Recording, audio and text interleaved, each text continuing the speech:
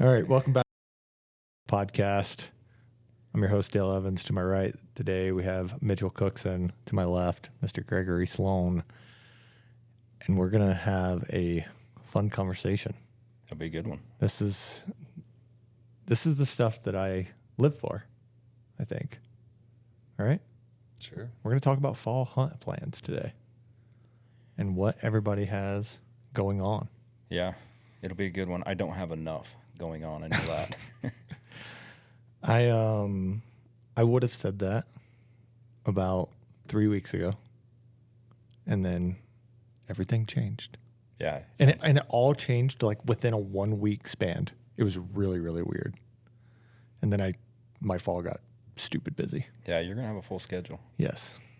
Hopefully I still have a job Yeah. and a family and wife after the fact. Yeah, and that's, I mean, I always want more hunts, but I'm sure when I get into the middle of it and by the end of the fall, between everything, life, work, Right. family, home, it'll be like, yeah, I probably didn't need more. Yeah. But I always need more hunts. Let's, before we jump into what we actually have, how about let's talk about some tags that you wish that you would have drawn and you didn't?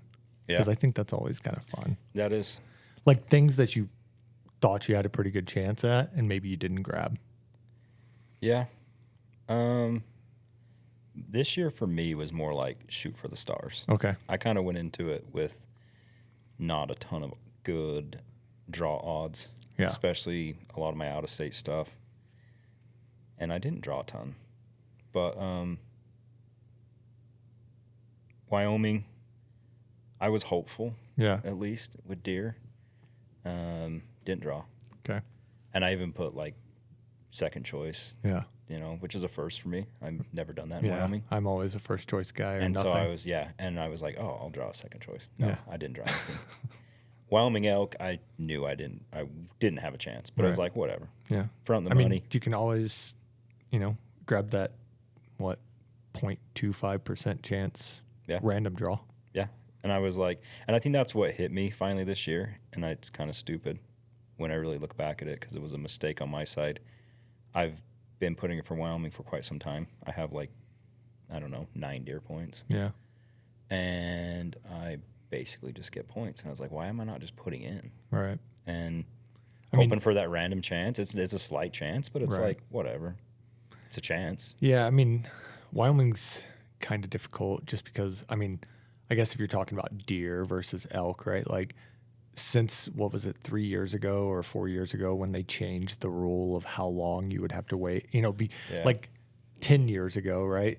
You would put in January and you'd find out by middle to end of February if you drew as a non-resident. And now they hold on to it until May or something. I think it's like May, right? Like the beginning of May. And it's like, damn, like I don't like that just sitting on my credit card and either having to pay it off or pay interest on it. And then you don't draw and blah, blah, blah. Well, and the thing too is like for me, where my kids are at, like we've talked about this before, I've got two boys that are hunting age. I got a 14-year-old and a 16-year-old. Yeah. And we do all the states for them. And it's like, we all did elk in Wyoming. Right. That adds up. Yeah. My wife's like, where is this money? Yeah. When is it coming back? $2,000. Yeah. And then we did deer. And it's like, oh, I promise. We're not going to draw. It'll come back. We can pay off the card. It'll be okay. Yeah. Yeah.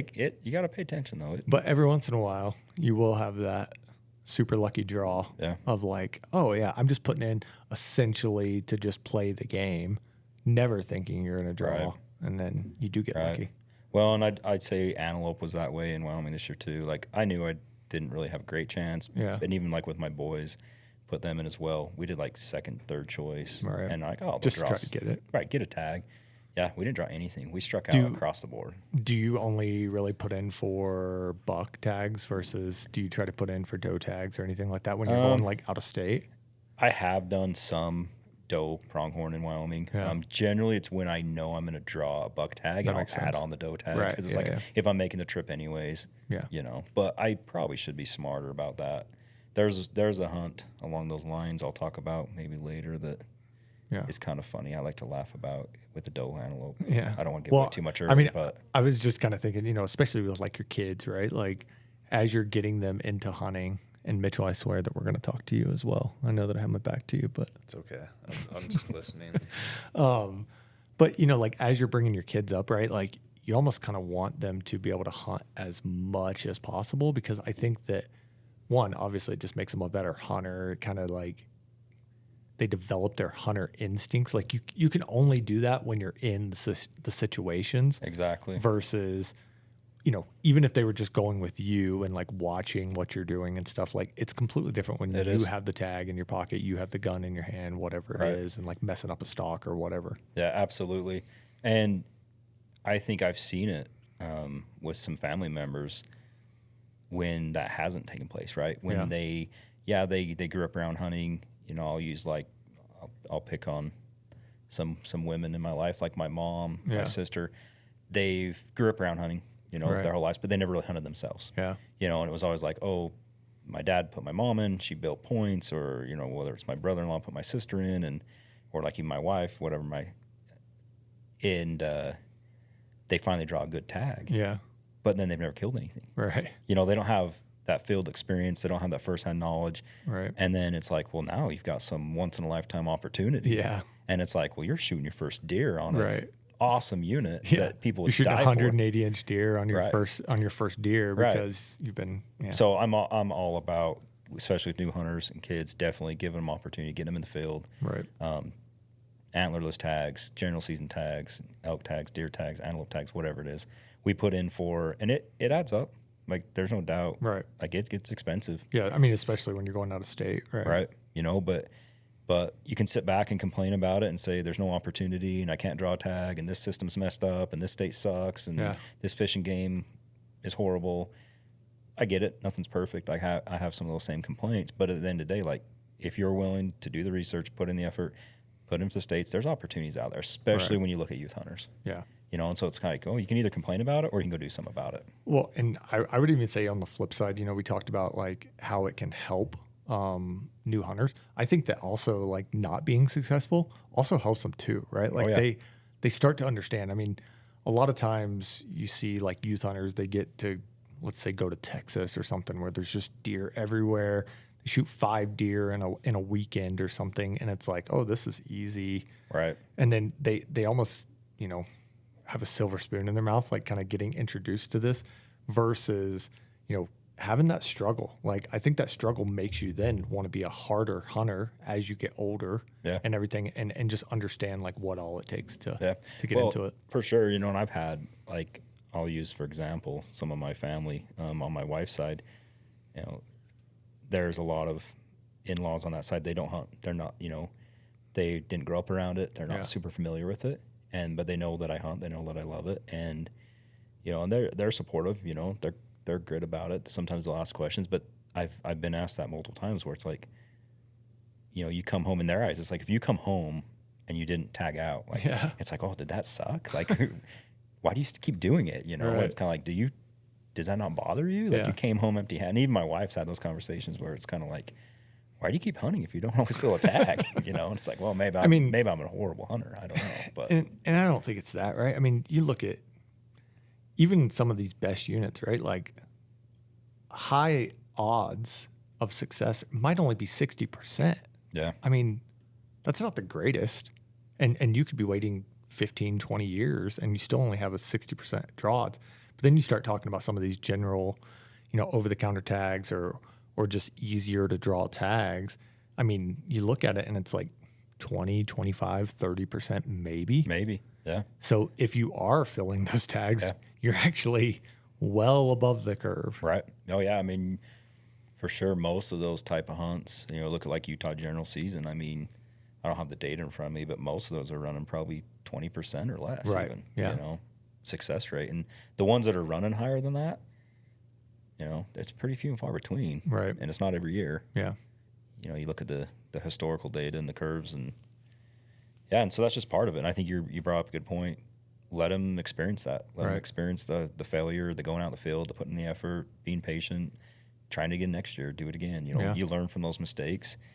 And that's where I think for sure the general hunts, the antlerless hunts, you know, not only is an opportunity, I love it because, you know, obviously I'm a gun nut. I'm a ballistic guy. Yeah. Always something new. We're developing new bullets, new products, new ammo, new cartridges. I'm almost always trying something different. Right. You know, you can't kind of leave well enough alone. You're too close to it. Sometimes it bites you. You're not ready. You're like, oh, I have a hunt. I got to still like put a scope on that gun and work up a load and Right. get to the range before the weekend. But it's fun because it mixes it up. But it's opportunities to go try out new products, try out new bullets, field test. Yeah. You know, and so and a lot of us here do that at Barnes. Look for those opportunities to get into the field and use our products. So Yeah. that's the other reason I love going out and just what we do. We put in for a lot of states. Arizona this year, we didn't do any good there. Pretty much across the board. Right. Colorado was just a point building year. So I don't really have anything I thought I would draw Yeah. and didn't. Okay. I have one that I drew that I'm excited about. There you go. Yeah, Well, we'll we talk can get about into that one. But Yeah. I don't know, Mitchell. I don't know if he has any.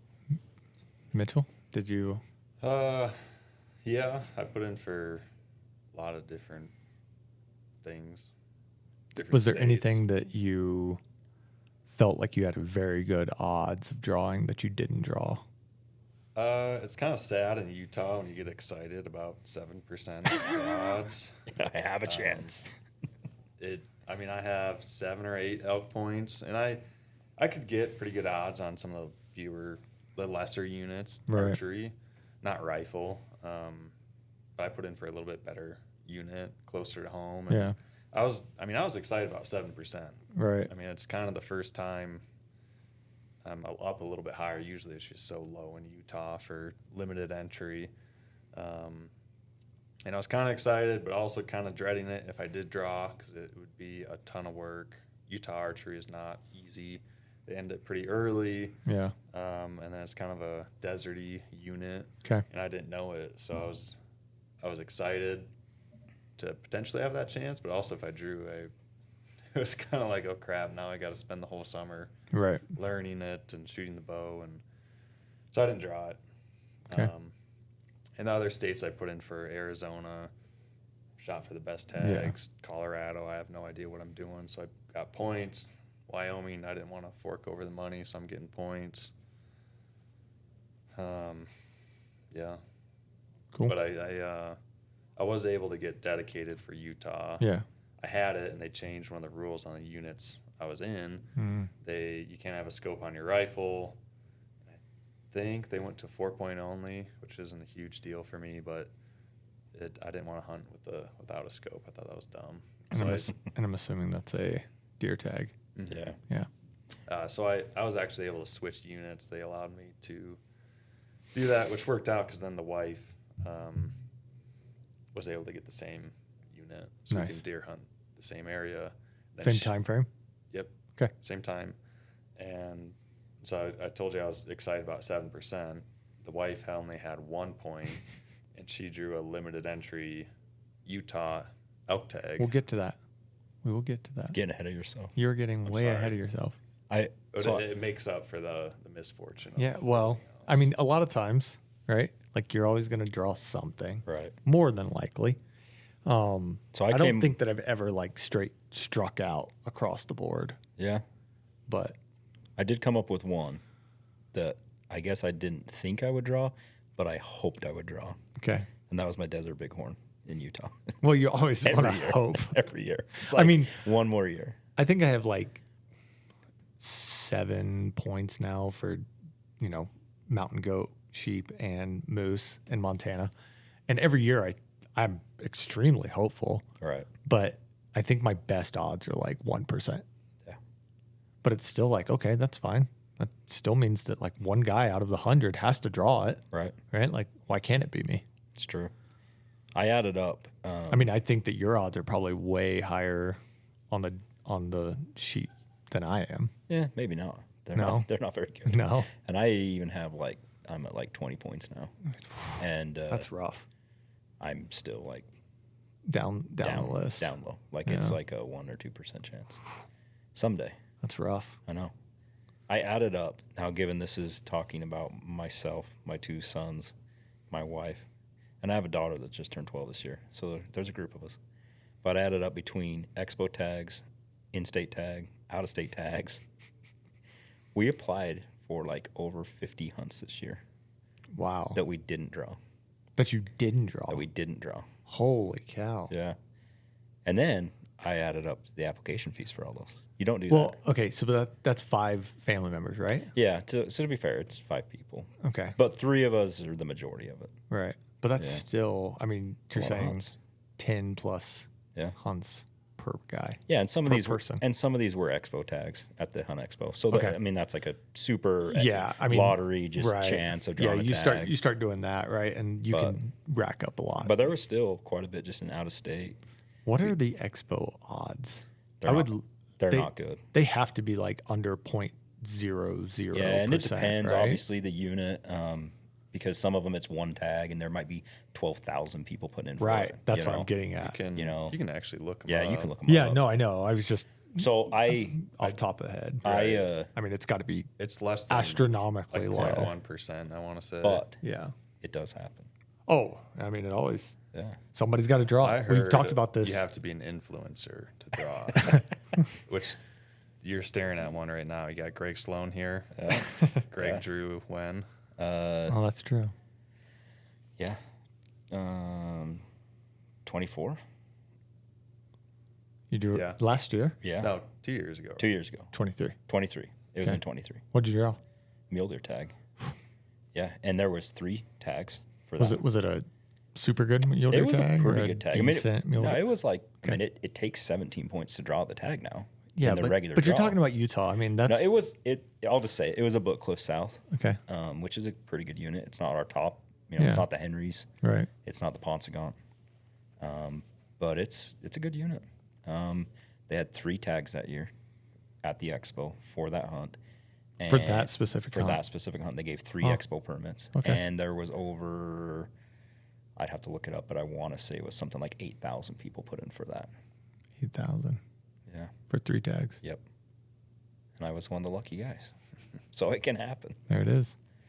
Expo tags Yeah. are interesting. They I are. mean, what's funny is that every single year I check it, even though I've never applied for expo tags. The regular expo tags, I Yeah. should say, right?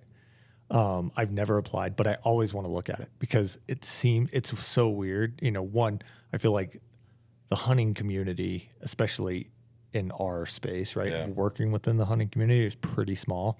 And because I've worked in multiple different facets, right, of product or production and creating content and all that, and now doing the marketing side, right, I just know a lot of people. And it seems like every single year I know 2-3 names out Right. of the 40 tags or Right. whatever that they're giving away. Well, and you're right. I've seen that as well. And I think a lot of that is you have to validate in person right. at the expo. So you get all these guys in the industry. They're traveling because Right. they're And they're like, I might as well throw in $200 right. or They're an whatever that it exhibitor. is. They're there. They've traveled Yeah. to Salt Lake. They're at the expo. It's like I'm going to put it in. Yeah. You know, there is one that I do have some frustrations, and it's not every year, but I'll complain a little bit because I want to hunt sheep. Yeah. You know that. I've never hunted sheep. I want to. You know, it's my dream Yeah. hunt. I always put in for the sheep hunts, and it's bothered me as a resident because not every year, but multiple times, one of the sheep tags that they draw out at the expo, they've actually done for non-residents only. Yeah. And so you Well- think about all of a sudden your odds. Yeah. Okay, Go up drastically. right, go up right? drastically Yeah. because you have to validate in person, and Right. if you're a non-resident, Well, or versus- if you're, I mean, essentially, most people that are coming to Expo probably live in states that touch Utah. True. Most, Yeah. right? So even with that, I mean, that's still 6 states that people could be coming from. Right. But what I thought was interesting, actually, I did put in for Expo tags one year, and it was the COVID year because you didn't have to You didn't validate have in to. person, Yep. and I was thinking like, oh, well, this is kind of cool. But also, like, I thought that the odds, and that's when I thought the odds would be up for whatever reason, even though they probably did the complete opposite. But also, that was back when they were doing a select number of them as non-resident only. So I Yeah. did all the non-resident only ones, thinking like, oh, well, maybe I've got better odds because other people aren't going to notice that you can do this or whatever, right? But then they switched it. I think it was like the year after that, where they basically made almost every single one of them open to non-residents and residents. right? So now I'm kind of like, well, I don't really want to play that game because I know that there's 12,000 people. Right. You know. Yeah, I've put in for the expo for a lot of years. In fact, probably I would dare say basically every year since they've been doing it. Yeah. I've gone and put in for Well, something, and I don't go crazy. I don't go drop hundreds of dollars. Like I Right. keep it like. And I mean, there are people that do that, right? yeah. That literally put in for every single tag. Yep. And if you don't know about this, right? Like we've been talking about this for a while now, but so at the Hunt Expo here in Salt Lake, they give away like, what is it, like 100 tags or something like that Couple every hundred, single Usually year. it's 200. Okay, 200, right? And it's $5 an entry for every single one. Yep. So there's some people that are putting in $500 to $1,000 to be able to apply for every single one of those. Yeah. With really low odds. Yeah, with really low odds. And I think all money goes back to Mule Deer Foundation and the Utah. What is It's it? just SFW. Yeah. Is it just Yeah, SFW? so It doesn't go back to Mule Deer Foundation. Okay. Yeah, it's through SFW, but it is for conservation. Right. Yeah. Yeah. I mean, so it's great for that, right? But at the same time, it's like, it's crazy to me. What I was also going to say was that as a Utah resident, to me, it makes a lot of sense for you to apply for that if it is that Right. $200 and you throw it in, because it doesn't count towards your points. Yep. Right. And you can go for that. Again, if people don't know this, right? If you're a Utah resident, you can only apply for one species in deer, elk, antelope, and Yeah, is that just it? those three for Okay, limited for entry. those three, you And can only then- apply for one of Yep. those species every single year. Yep. And then for the big five, right? You have to it's choose it's desert, then Rocky Mountain, bison, mountain goat, mountain goat, Moose. and what? moose. And moose, right? Yep. So you can only apply for one of those as Correct. well. So it gives you the opportunity to potentially draw one of your other dream hunts or get a deer tag when you're chasing elk, Right. for example. Right. And obviously, we've already talked about this stupid low odds. Yeah. But it's a chance, right? Right. It's just like, hey, I'm going to go throw. And I try to keep it like $50. You know, Yeah. I'm going to go. Maybe I bought the mule deer package one time for like Yeah. $100. Okay. But I don't get crazy. But I think that, we'll get to this in this conversation, but like you have to pay to play, Yep. right? And if you're not playing the game, you can't win. Yep. So somebody's got to win. It might as well be me, might as well be you. Yeah. I don't care if that guy wins, but Yeah. someday he will. All right. We get through that. We know what tags we didn't draw. Everything we didn't draw. Yeah. I will say that this was the first year that I haven't put in for New Mexico in like 9. And I'm almost kicking myself because I was like, if you look at New Mexico odds, most of them are like, let's call it 7 to 10% for a New Mexico, a non-resident for New Mexico. And I was thinking, I was like, okay, I'm at 9. Like if I have 10% odds, this should be technically my year. Right. Right. And of course, this is the one year that I didn't apply for New Mexico for anything. I usually just apply for elk down there because I really want to go hunt it. I've filmed a couple hunts down there and everything, and it's just Mexico's different. Everywhere's different, but Right. New Mexico's cool. Like I really want to See, go hunt that for elk. I've not put in for New Mexico, but talked about it for years. Yeah. And I need to just do it. Yeah. Just because, you have to front the money, Right. but you get it back. And like you said, I mean, you do have to buy your hunting license, to buy the right? Where license. like in Wyoming, you don't. right. So You're out some, but I think this next year, I'm Right. doing it. I'm going to put in for New Mexico. we elk. should party apply. Let's do it. Let's do that. We might invite Can I Mitch. join? Nope. We need your pack goats though. I gotta be at least in the group then. Actually, the pack goats would do really well there, right? Because they don't need a lot of water and they can kind of eat everything. Yeah. Yeah. All right. Maybe we will take your pack goats Okay. and you can come and wrangle them. And you can stay in camp while we hunt and then we'll radio you when You we can be kill our- something. You better cook. No, He does cook pretty well in camp. Does he? Yeah. it's true. Eggs and bacon. Dale did rib complain eyes. about my bacon though. He said it wasn't crispy enough. I'm cooking on this like little titanium stove with little twigs. And you're like, it's not crispy enough, Mitchell. Sorry. You like had it on there for like 30 seconds, then you flipped it and you had it on I there for was another 30 hungry. seconds, and then you like hand it to me. It's like just doing this over Raw there. bacon. Just, yeah. It's Just basically cured. It's raw fine. bacon. Yeah. Get sick on the mountain. It's fine. I know. That's what I didn't want to deal with. Because I know those goats follow you everywhere you go. So like then you look over your shoulder when you're trying to take care of business and you got a goat That did up happen behind you. last weekend. I was like going way away from camp, and I look up, and I thought like an elk was in front of me, but the goat wandered over and started following me. All right, let's get into the hunts that we actually were successful on in getting and what we're excited about. So I think that the best way to do this is maybe just to go by month of kind of like how we're going to start. Yeah. And then we'll just kind of roll through it. I don't know if that really helps you guys because you probably don't have anything until October. You have any September hunts? We can skip over September because I don't have really have hunts anything. I'll be going on because my kids drew. Okay, there you go. All right, so we can talk about that. If I can include them. Yeah, I mean, I just want to know about hunts that you're excited about, like what you're going to be doing this fall. My thoughts are also like, what are you going to be taking? Like, because it's this type of hunt, like who's the hunter? Like thinking all through that, right? Sure. Yeah, so my boys both drew deer tags in Utah general season. Okay. It's actually a new unit for us. We're familiar with the area from way back when. You know, it's not brand new country for me, but I have not hunted deer on this unit for a long time. Yeah. And back when we hunted this unit, Utah used to be, for general season, used to be in regions. Right. And there was only, 5 regions? You had like northern, northeastern, central, southern, southeastern, I think. Yeah. So this was it was a southern Utah. I do a lot of mule deer in the south. And when they split to the, 30 subunits. Anyway, so it's been a long time, but we're excited. What I'm really excited about with these tags is they actually have one of the early rifle hunts. Okay. But because they're under 18 in Utah, they actually get to hunt all the seasons. Okay. I mean, once you kill, you're done. Yeah. So we'll start with archery. So August for us will be archery, mule deer. And then, I don't know, we can get into September if you want to, or if you guys have August stuff, we can start there. But August for me is going to be archery with my boys, just tag along. I've thought about an elk tag, which would start in August. Right.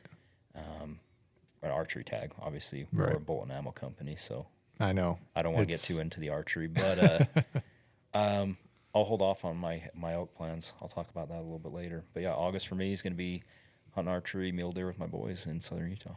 Nice. You got anything? Yeah. Excited? So the wife and I have dedicated deer tags. So in Utah, that means we can hunt the archery hunt, muzzleloader hunt, and then the rifle hunt. And you get 3 seasons, 3 tags. You can only fill 2 of them. You can't kill multiple deer in one season. Right. So I have an archery tag, and so is the wife. She doesn't archery hunt. Yeah. But are you going to get out and try to archery hunt a little bit? I'm going to carry my bow, but I'm going to go into elk areas because I told you guys she has the elk tag. Right. So I'm going to use that as a scouting opportunity. And if I see a deer, you happen to stumble into something. Yeah, I have 0 expectations. I'm just trying to have fun and look for elk. So if there are deer, then funny story. I have a friend who drew. We've already talked about the expo. He actually drew an archery elk expo tag on the same unit that your wife drew an elk tag on, and he had a general season archery deer tag in his pocket at the same time for that same unit that you're talking about. We won't say what unit it is, but anyways, he hunted hard, experienced hunter, got some opportunities on elk.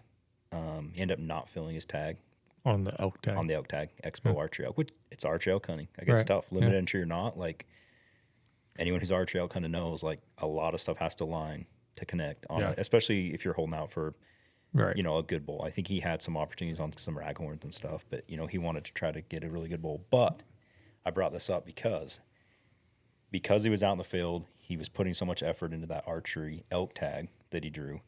He actually did get the opportunity on a giant mule deer. He did. So he ended up not filling his expo archery elk tag. Yeah. But because of that, while that was the focus of the hunt, right, he ended up killing, and I don't know exactly what it scored, but it was like over 30-inch wide mule deer with his bow. Yeah. I mean, I'm talking like a 180 plus type buck. Yeah. And I think it was just because he was out there hunting archery elk. You know, I don't know that he would have killed that deer had he not had that elk tag. So he's not complaining at all, right? Yeah. Yeah. So you never know. Gives me a little motivation. There you go. There you go. But the funny thing is that mountain is just filled with elk, and it has a lot of deer too. But generally, You go deer hunting, all you see is elk. Right. Right. It's a general season deer unit and a limited entry So elk unit. that's why he's trying to play with the hunting gods right now, and he's talking about like, oh, I'm just gonna be looking for deer and or looking for elk, and then if I happen to run into a deer, I guess I'll shoot it. Yeah. But I was scouting 2 weeks ago. Yeah. And there's supposed to be elk everywhere. I've experienced it. I've hunted it before. Greg's hunted it. Hardly seen any elk, and I just seen deer. And I seen actually a really good buck. Uh-oh. Yeah. So he's going to tell me where that's at because I may or may not have a deer tag on the unit. A rifle deer tag. It's rifle. Yeah, rifle deer tag. We'll get there. Okay. I'll tell you during the rifle hunt. Okay. Nice. You won't catch me there. All right. Sweet. You want me to talk about August? Yeah, you're the one with all the hunts. You got the busy fall. I'm like stretching. I'm like, I have like an antlerless tag. Yeah. Well, we have a fun hunt to talk We do. about as I'm well. excited about that. So Mitchell and I already did our fun hunt for the year.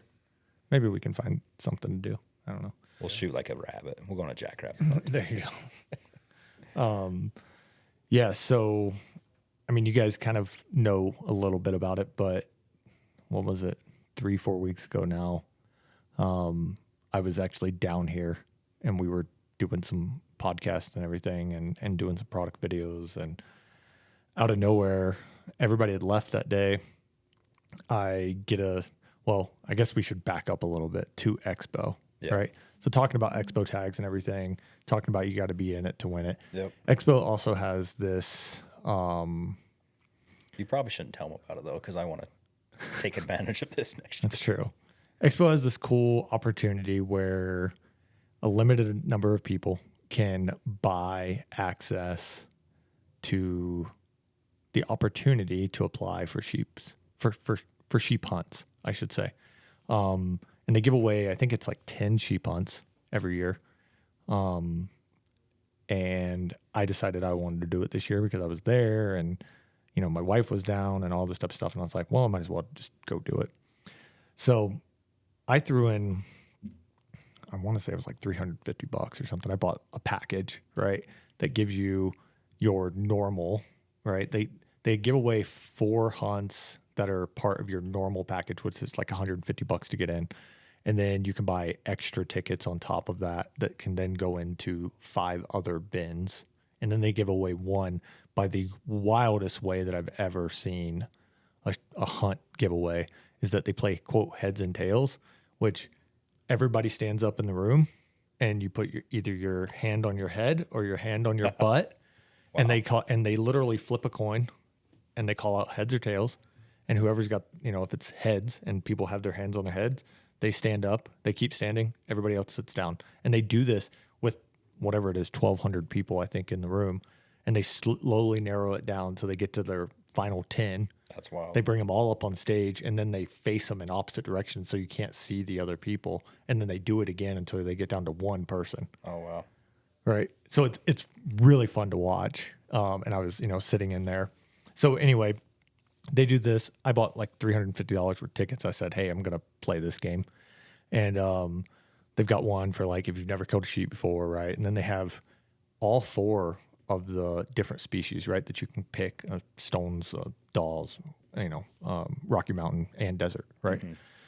So anyway, I ended up throwing most of my tickets into dolls because I had this idea that less people will probably want to do that because that is, quote, the easier of the sheep to be able to go hunt. And yeah, on lucky number 8, they decided to call my name and I won a all expenses paid sheep hunt at Hunt Expo this year for doll sheep. Went and talked to the outfitter that afternoon and he's like, hey man, like just let you know, right? Like I'm booked up until 2027. We'll just like plan for this for 2027. And I'm like, great. Like I was dreading at that time you telling me that like, hey, yeah, we'll see you in September type of thing, you know, because I was like, holy crap, like I gotta get in sheep shape by September. And this is in February. But anyway, he's like 2027. Cool. Don't really think about it. You know, 3 weeks, a month goes by. He sends me an email. He's like, hey, just checking back in. Here's kind of the hunt contract. You know, here's what to expect. And we'll talk in a year type of thing. Okay, no big deal. Anyway, fast forward. I was down here 3-4 weeks ago now. And We were doing some podcast, and everybody had left for the day. I was the last one here, and I was just kind of wrapping up some stuff, and I get a text message from that same outfitter that he's like, "Hey man, I know this is super last minute, but I just had a cancellation for the sheep hunt and wanted to see if you could be up here in August." So, needless to say, I immediately contacted my wife because I'm going to contact my life boss.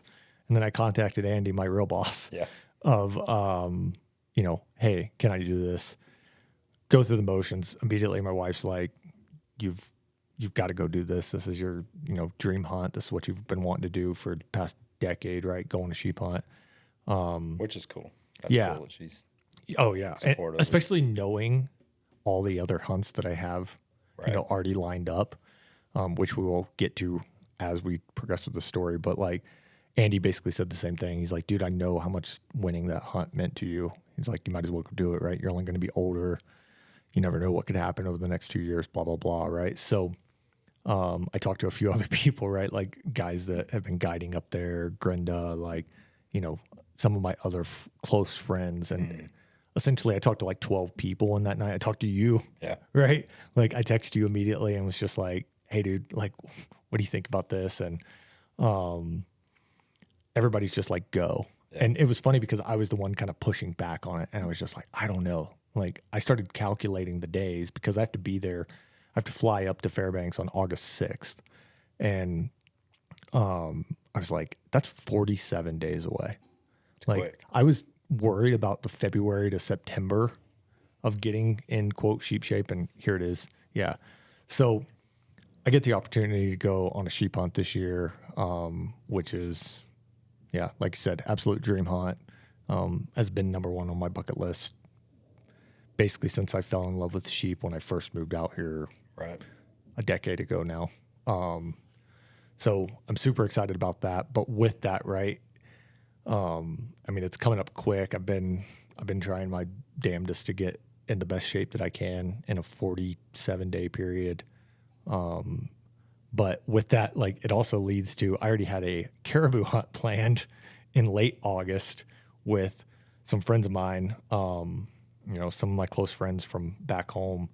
And that's going to happen. I think I'm supposed to be done with the sheep hunt on the 17th of August, and I'm supposed to be flying back up to caribou hunt on the 23rd. So that's like a 5-6 day turnaround. That's tight. It's super tight, right? And saying all that, now, and again, like I'm extremely excited, and I think that we can do this. But I'd been planning on using something new that we haven't released yet, that we've been working on for a little while for the caribou hunt, and we were actually kind of shooting it today at the range and underground and all that. And I'm really kind of thinking about taking that on that sheep hunt just because how well it shot out to 600, 700 yards, what we were shooting today. Heck, we even stretched its legs probably beyond what we would ever shoot an animal at, right? Over 1,000 yards. I mean, it was pretty spot on. No, you were drilling those steel plates. Yeah. Like I said, I think you first round impact to 500 yards on a small plate. Right. 600-700 yards. Yeah. No, it was on 300-400 yards. You were just hitting all the steel. Yeah. I think you should do it. I think it'd be instead of the 280 Ackley improved. Now you know what I feel about the 280 Ackley improved. So but both of them have solid speed. Yep. We think, right? The sheep hunt shouldn't be. What I should also preface it with that is that on the caribou hunt, I had planned to take this same rifle that we're talking about right now, same caliber, all that. So you're going to use both of them, right? Either way, it's just which one do you take on the sheep, right? Which one do you take on the caribou? When you start talking about ounces and everything else, right? And trying to think, okay, more than likely you're not going to shoot over 500 yards, Will all you of say these things. Are you willing to say what gun it is? So the just gun not cartridge. Yeah, the gun's a Weatherby 307, right? And it's their carbon What do they call it? Yeah, it's their CT, Alpine CT, Yeah. right? Sweet rifle. Yeah, Tyler sent it to me for the caribou hunt, right? He's like, hey man, like I would love for you to use this on the caribou hunt. We can chamber it in this round, and I think it'd be great. So anyway, yeah, he had sent me that, but then we building this 280 AI, Right. and obviously we have a great round for it. It gives me a little bit heavier, Yep. heavier bullet, right? Yeah, it's a bigger. Maybe not as much speed. It's slower, but it's not slow. It's not a No. Right. 280 Ackley. You could shoot our 152 factory load. You're getting It's over 3,000. 3,000 plus. Right. Your barrel length. I mean, that one that we're gonna put together is 26 inch. Right. So we're probably going to get even more. Right. You might out even of be it. pushing 31. Right. Plenty fast shooting. It's going to buck the wind a little Right. bit more. 'Cause- 28 caliber, yeah. 152 grain. But having said all that and being a 280 Ackley guy, I think it'd be cool to take the 307 Yeah. chambered in this new thing for us Yeah. that we're excited about. Right. It'd be awesome on the caribou hunt, but I don't know. I think you should do it. I think you should take it on your doll shoot. I know. Because we talked about like building a 270 or like using a 270 anyway. So, What about a 6.8 Western? well, we gotta make it. I don't Yeah. even have a gun. It's true. So, I mean, since only a limited amount of suppliers want to make certain cartridges, makes it difficult. Yeah. And again, like, why shoot something that I'm going to have to hand load versus factory stuff Especially when when our it was factory shooting. stuff is as good as it is. Right. It was shooting awesome. Yeah. Do so it. anyway, that's my August.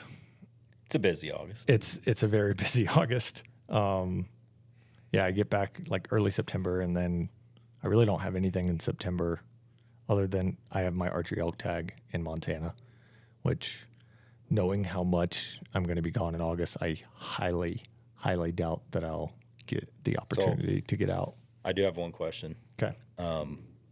For your sheep hunt. Yep. You mentioned already trying to get fit, trying to get in shape. So what are you doing? What have I been doing? So I had already kind of started to get in better shape, I would say, for a later hunt this year. And one is just eating right. Like, to be honest, right? I was down there. We did the Weatherby podcast, and both Luke and Tyler have been doing carnivore. Mm-hmm. Luke's done it for over a year now. And he talked about how he lost like 35 pounds, which he's not a big guy anyway, but he lost like 35 pounds. Tyler had been doing it for about 6 months at that point, or 5 months. And he talked about like how he lost 18, 20 pounds. So actually that day I started doing the carnivore diet because I was like, oh, well, this is cool. Like, I'm going to try it. And I actually I played around with it late last year. And then trade show season happened, and that blew everything up because it's so hard to do very anything. difficult to eat right when you're on those type of trips, right? So eating right, doing the carnivore diet, I've already dropped 18 pounds, 20 pounds, something like that. And then, I mean, dude, I've been in the gym and hiking just about every single day since then. Yeah. Either one or the other, or, I mean, there's probably been half of that I've been doing 2-a-days, like both hiking and going to the gym. So, again, it's like when I talked to my buddy that guides up there for 4 years, Brandon, he basically said, like, this is what I will tell you. Put a pack on, walk with it every single day for the next 40 days, and then take the week off before the hunt and kind of let your body recuperate, right, from you punishing it for 40 straight. So I've been doing that. I loaded up 40, 45 pounds, and I have a couple little local hiking trails that I can't get a lot of elevation, which kind of sucks. Like, I can only get 500-600 foot of elevation, but I'll go hike for an hour to an hour and a half, like almost every single day with it. And I mean, I've noticed that it's definitely helped. And then I can hit kind of our 100 to 150 foot tall hills, like, again and again, and I'll kind of like make loops on it. We'll see. Yeah. That's good. Yeah. I need to definitely do more. I don't have a sheep hunt to worry about, but just every You day. could. Yeah. Maybe you should start getting in sheep shape, and that will give you It's good. the way to draw. Yeah. I do have a hunt. I'll Your talk about tag. it later. Okay. Coming up That's going to be a little physical. it's going to be more physical. Okay. And so I have at least tried. I did really good in like April, Yeah. May, and then like, yeah, some other things came up, and I don't know. I need to quit making Yeah, I mean, excuses, like, I think when you're getting ready, and I'm sure Mitchell kind of stays in shape because he's got his goats and he's constantly walking his goats. But I think that that's really what it's all about, right? Is that if you'll just get elevation and just time on your feet, if that makes sense, and just walking hills. And luckily, we live in a place that we can do that. Like if there's some people living in the Midwest or something like that come out west, it makes it a little bit more difficult. I think that you can still ruck. I mean, when I was in the military, right, we did that in Georgia, and it's like, even if you're only finding, again, 50-foot hills, 100-foot hills, whatever it is, like you can make it as tough as you want, either load up more weight or just keep looping the hill. Right. Yeah. And I was doing good. I hate treadmills like most people do, right? But in the winter, it's like sometimes that's all you can do. Right. And so I was doing pretty good late winter. Were you running or I was actually just walking. I was walking on incline with weight. Yeah. And that actually was doing, like, I loved it. Yeah. I found that, like, I'd just throw on like a hunt video or a podcast and just set it to a high incline and then just walk with weight, and I'd alternate on and off with weight, and it was making a difference. And then I just stopped doing it. So, but no, that's good. It's interesting. I need to definitely get in better shape. Yeah. Well, we can. I'm interested to hear what you have to quote get in shape about, because I mean, I feel like we know about a lot of our hunts that we have kind of planned, but we don't know about all of them, right? So, all right, let's we can fast forward to September, which caribou hunt will be fun. We kind of briefed over that, but like we're doing a completely DIY, taking in an airboat, getting dropped off, right, like way up north, and it'll be me and 3 of my buddies, and we're just gonna go after it for 7 days and see if we can kill some caribou. None of us have ever hunted caribou, so luckily I know some people that have hunted around there, you know, so I've been able to get a little bit of intel. But yeah, that's what I want to do someday. I've never like thought super serious about it, but it's definitely always been on my list. Yeah, I mean, it's still pretty affordable, which is nice. You know, you can make it obviously if you're doing like a fly in or something like that, right? And you're $4,000 just into your flight to get in, plus, you know, obviously all the logistics of back and forth and all that stuff, it can get pretty expensive. But for the most part, you can do some cool DIY trips up there in Alaska. And I've tried to take advantage. You know, I did the moose hunt a couple of years ago. That was DIY. That wasn't very expensive. I did a DIY bear hunt along the coast a few years back, and that was relatively inexpensive, you know. So there's still ways to do it without having to drop, you know. I mean, what's a good caribou hunt guided these days are 15 to 20 grand, which is crazy to me to think that a caribou still costs that much. And a moose hunt's just gotten, I mean, a moose hunt almost costs as much as a Dall sheep hunt nowadays, you know. I mean, 35,000 for a guided sheep or moose hunt, sorry. And then sheep have just gotten astronomical even in Alaska. Right. I mean, like I said, that hunt that I won is priced at $45,000, and it's like I would never ever, you know, be able to afford something like that. Right. So again, got to pay to play and play to win. So That's right. Mm-hmm. September, what do you got? You got anything? Got anything fun? Again, that dedicated deer Yeah. tag. With the muzzleloader, the wife will actually be able to take the muzzleloader out and hunt. Okay, so so you're gonna get her on deer at that point. Will you Yeah. still be kind of scouting for elk? Yeah, so that's the week before the hunt, so that'll be pretty critical. Okay, So again, just looking for elk with the rifle. And I so only it's more of like a late September Yeah. hunt. yeah, I can't remember the dates. It's like September 22nd, Somewhere in there. Yeah. Okay. something. Yeah. So basically last week of September, Yeah, essentially. it probably runs right into October. Yeah. Yep. Okay. And then I guess that's the plan. And then my buddy actually drew a mountain goat tag in Idaho. That's fun. And I don't know. And when that happens, when your buddies draw Yeah. once in a lifetime tags, you got to Right. go help. Yeah. So I'm going to help him. I'll probably take some vacation, go help him. But he doesn't know when he's going. We were going to plan on going in October, Right. but then a buddy got married in October. That's a mistake. He's going to get married, sorry. Oh, okay. Change the date. Got it. And then my other brother is getting married in September. Yeah. So yeah, I gotta work around those dates. So it's gonna be sometime in September or maybe even into November for that goat hunt. I don't know. November is a fun time. You know, I did that hunt with Randy years ago in Montana in late November for a goat hunt. Mm-hmm. And one, it brings them down, right? So you're not having to hike to the upper reaches of where they live, but Right. you also get them starting to rut, like, you know, they're super haired up. So if your buddy's listening to this, I would push for a November hunt if he can withstand. I mean, you can still hunt it, right? Like in September, maybe go check and that type of stuff, but November is a cool time to try to go hunt goats. Yeah. Yeah, he's kind of debating. He wants to maybe hunt with his bow earlier, but they're not haired up. Right. But you get nicer weather and you can spot them. Yeah. And then just the risk of in November you Yeah, get snow, getting you weathered lose out. access. Yeah. Right. It can get miserable. Right. So it's kind of a risk of, you know, and early you can kind of pick them out. And Do you know when that season closes? I don't Like how long does it go?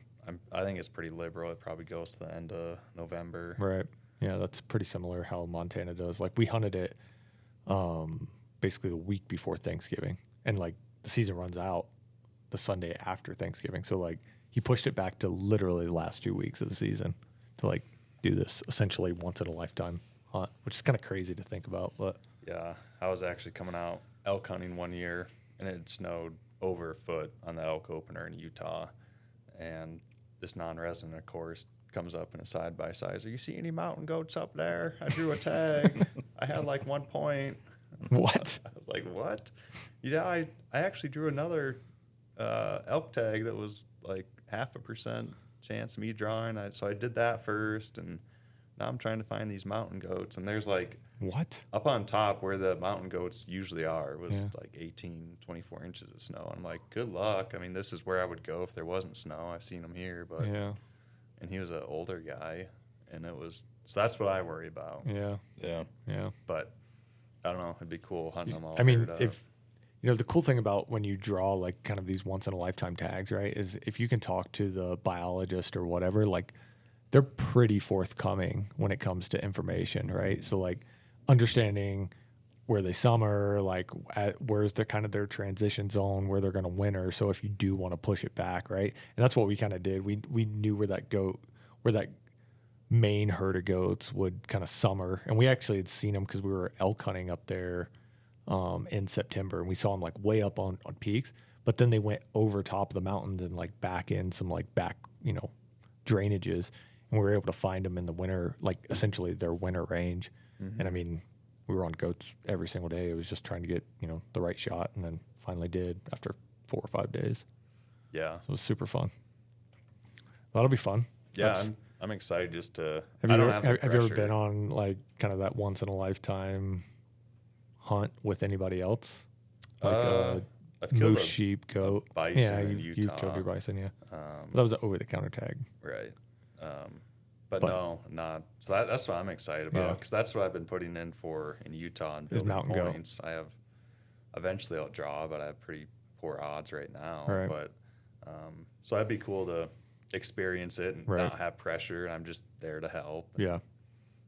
That's actually one of the most excited I am about one of the hunts and I'm not even hunting. You're right. Yeah. So Sometimes those are even like they're more enjoyable, Right. right? Just to because you Yep. get to experience it. Like I said, not every day everyone gets to go hunt mountain goats or Right. sheep or moose. Yeah.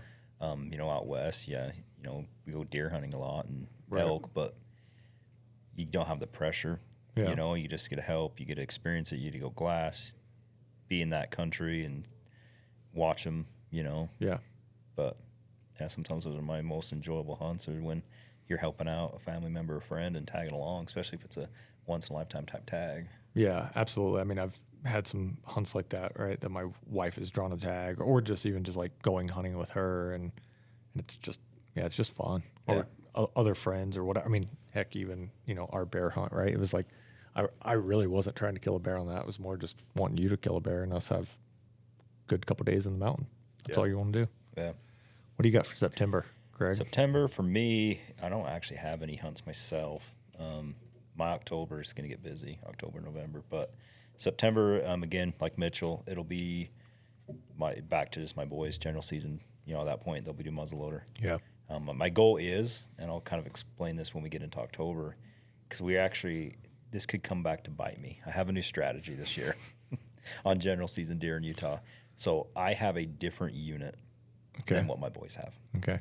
Have you always just done the same unit Yep. always? We've always done the same unit. But And then let them pull the trigger first? right. And my thought process, though, is like, because what it comes down to for me is in Utah general season, like, you don't get a tag every year. Yeah. That's just reality. Some of these units that I hunt, they're 2, 3, 4 years worth of points to draw a crazy. general tag. I know. That's so crazy. And so all of a sudden you're like, okay, you could say, well, it's just a general hunt. Well, you just took 3 years to get that tag. Right. And so if 3 of us or 4 of us have tags that same year, Yeah. 1, we're not hunting those other years. Right. And 2, well, now all of a sudden it's not, I got to find 1 good mature mule deer. It's I got to find 4. Right. And so all of a sudden you're like, okay, this isn't realistic. And Yeah. so we try to hunt as much as we can. So it's my thought was, well, let's spread out the seasons. Yeah. And in order to do that, I wanted to be able to, well, and I'll get to it in early October with my boys, but I wanted them to be able to hunt rifle on an early rifle hunt. Gotcha. And so that's the reason. So I will have a different deer tag unit than they Yeah. have. So September will be with them, hunt muzzleloader. And my goal is between the 2 of them, hopefully one of them kills on the archery Right. and or muzzleloader. Yeah. And then one of them on the early rifle. They're done. And then I'm going to focus, this is me jumping ahead, but on my late rifle. Is one of your boys more of an archery hunter versus the other? Or? Yeah. My older boy, Jarrett, he's the 16-year-old. He has, obviously, he's older. Yeah. He's more experienced. Right. He's had more seasons to archery hunt. But it was actually last year he really got into the archery deer hunting, Okay. which was a cool learning year. He didn't kill. Yeah. He had a couple close encounters. He never let an arrow fly, but he drew back a couple times. Yeah. But what was awesome about it is he got to learn and experience. We hunt spot and stock. Right. This is open country mule deer Yeah. with a bow. Right. But we got on some pretty good bucks. We really targeted this same bachelor group of bucks, and Yeah. we hunted them multiple days, multiple trips down, and we were able to glass them up early at first light. Put him to bed. Put him to bed. Yeah. He's making his way around the canyon. I'm sitting on the spotter. Right. He's learning stalking skills, reading the wind. Well, and he's able to do that on his own, right? And Where you're this not is like right.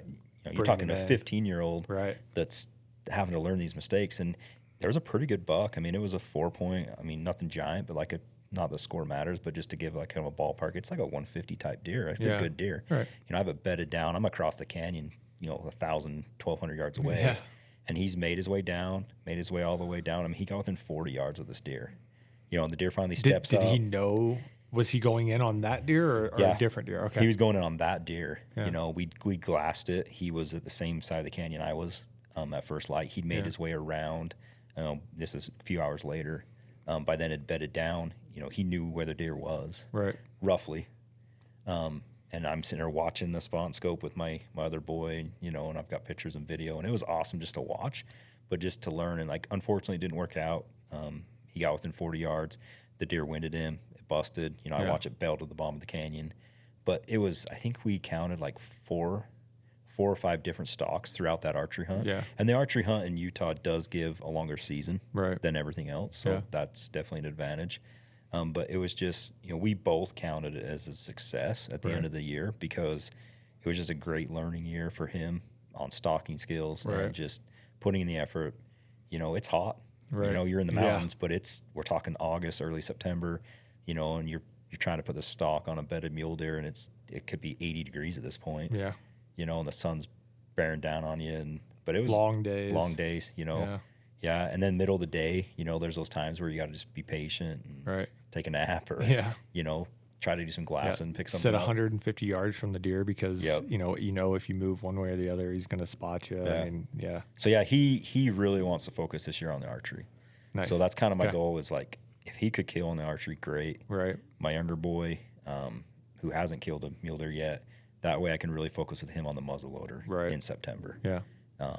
So that's kind of my September plan. Is Nice. that's if everything goes to plan, Right. Well, you know. you got to put it out there for the galaxy and just Yeah. like let it Yeah, but speak it into existence, right? yeah, but for me myself, nothing else in September other than just muzzleloader deer in Utah. Okay. What about October?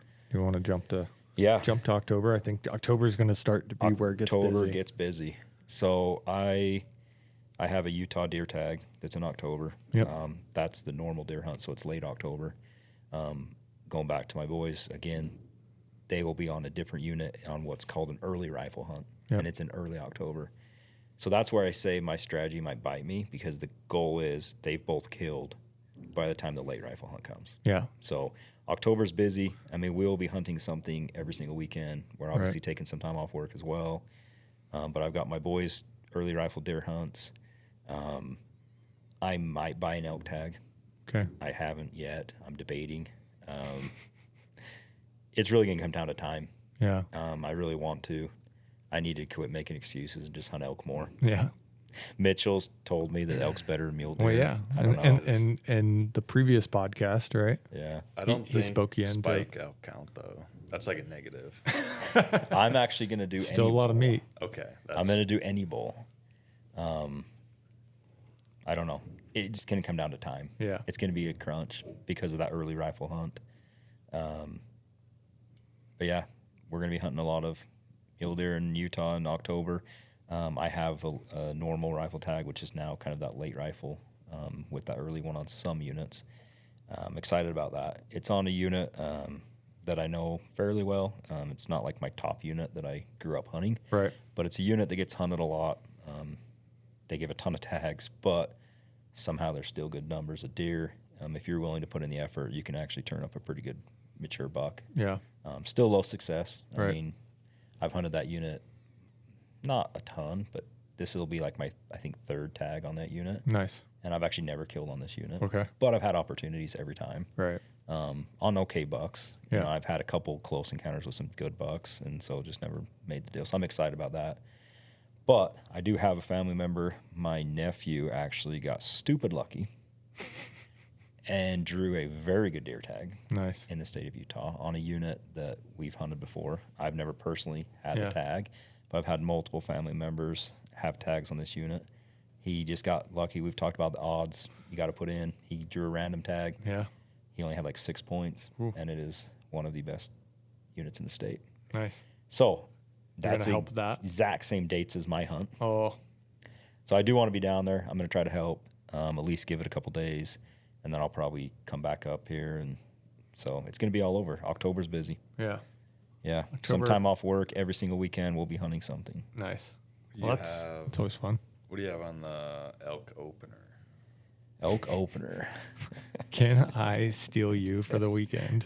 Yeah. No, I wanna. So I hunt the same spot every year on the opener.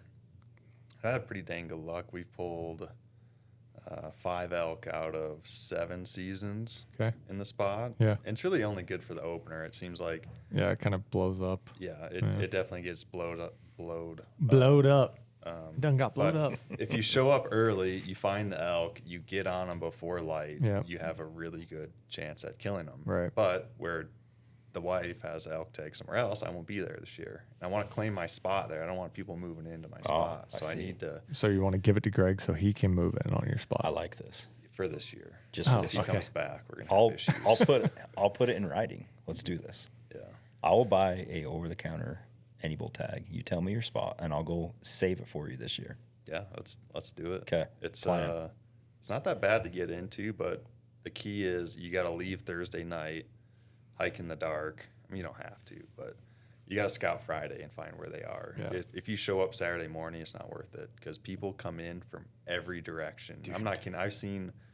I kill elk in there a lot, but they come in like, I don't know how to describe it, every direction. I mean, Right. I've seen on opener up to 15, 16 people. It's crazy. And it's never less than a dozen. It's Yeah. insane. But they show up too late. I'm there the day before. I find them. I get on them. So it's a good weekend to, like, you don't have to take time off. You get up there on the opener, then you leave Sunday, and that's it. Let's do it. I did something similar like that in Montana a few years back. I I had archery hunted the same area, knew kind of where elk were at, and I was like, I'm just going to do almost exactly what you just said for the opener. Got in on Thursday night, found them first thing Friday morning, kind of knew like roughly where they were working through, and literally because it opened on Saturday, right? That Friday afternoon, people just started coming in droves with horses, llamas, packing in, and then they went and they camped one like meadow over, not even knowing that the elk were there, right? They're just like, this is where we're going. And we're like, okay. So then Brandon comes in that afternoon, and I was like, hey, I found elk here. Like, we'll look for them. I think we saw them again that night, but they'd kind of just moved off a little bit because that group hadn't got all the way there yet. And we made the exact same play. We're like, okay, we're going to get up 3 hours early. It's going to take us an hour and a half of hiking to get into position. And we literally were like up on the ridge, and we started to see like lights popping on from the camp that was 500-600 yards away from me, right? And literally hour after daylight, like, here comes just huge herd of elk, because all the other people had been starting moving up the mountain, which pushed them up rather than them coming down. And I shot a sweet 6x5 that morning, hour after daylight, and I think we're the only people that killed on that mountain because of that. So Yeah. it always works to outwork your competition, if you will. Don't be afraid to get up a couple hours early or whatever that it is to get into your spot. Yeah, sometimes that's what it takes. So yeah. when is Justice Hunt? October 4th Okay. is the opener. All right, so let's talk about Justice Hunt. What are you excited about? She started hunting how many last year? Yep. And she killed last year? Yeah, so in that same spot I just talked about. Yeah. Again, we got there super early. We Yeah. actually only seen a spike and some cows. Okay. I was like, whatever, I'll just see if Jess can shoot the spike. Right. I mean, it's her first elk, first season. Yep. Whatever. But we get down there and there's elk bugling, running Nice. around. I'm like, there's a bull down there. Yeah. Ended up calling it in, and she killed it. So she's got an elk under her belt. Yeah. So I don't think. What'd she shoot it with last year? Your 6.5 by 300? No. I actually made her carry a 30-06. Oh, okay. So it was a Remington 700 synthetic stock, super lightweight. Yeah. And she actually ended up using a prototype bullet, Okay. which we got canceled, I guess. Kind of butthurt about it, because it was. So cool. she was like the one and only person that's ever killed something with a bullet. And then My- Gregg's kid. Yeah, my boy actually they killed used something. the same in an .06, same bullet. Yep. He killed an antelope in Wyoming that's with right. it. Yeah. Okay. Yeah, Prototype testing. Then got canceled. Then I got canned. Yeah, they don't all work out. Yeah. They performed good though. Yeah, I did. I got 2 bullets sitting at my desk that I recovered. Nice. Okay. So she's but- got one Yeah. elk under her belt. So I don't feel like we need to shoot the first thing we see. Right. But I also. if But it she was- also like drew a pretty good tag with low odds, correct? Right. Yeah. Yeah. So I'm kind of stuck on where do I set the standard, because I don't. 340 or bust. Yeah. There's a lot of elk in this unit, but not a lot of big ones. You're going to have to work pretty hard to find a big one. Yeah, it's actually kind of on a downhill. I am familiar with the unit a little bit, and Yeah. I would normally say, if you'd asked me like 2-3 years ago, Right. I'd have been like 340, 350 plus, Yeah. especially like opening weekend. Yeah. Right now, it's hard to say. It's still early. You haven't done a ton of scouting yet. You could change your mind, but like my advice would be like, it's not way off of that, but probably that 320, 330 or better. Mm-hmm. It's pretty realistic Yeah, on that I- unit. Doesn't take much to get from a 330 to a 340. It's true. I mean, you think about an inch on every single Yeah, point, right? right. Like, Right. I think like legit 350 plus bolo. they just Is- look different. Well, and it's bigger than most people think, right? Everyone, it's Oh, just like deer. 100%. Like it's just like, oh, it's a 180 deer. Really? It's like a 160. Like, Yeah, I was gonna and not say. the score that matters, but like, Right.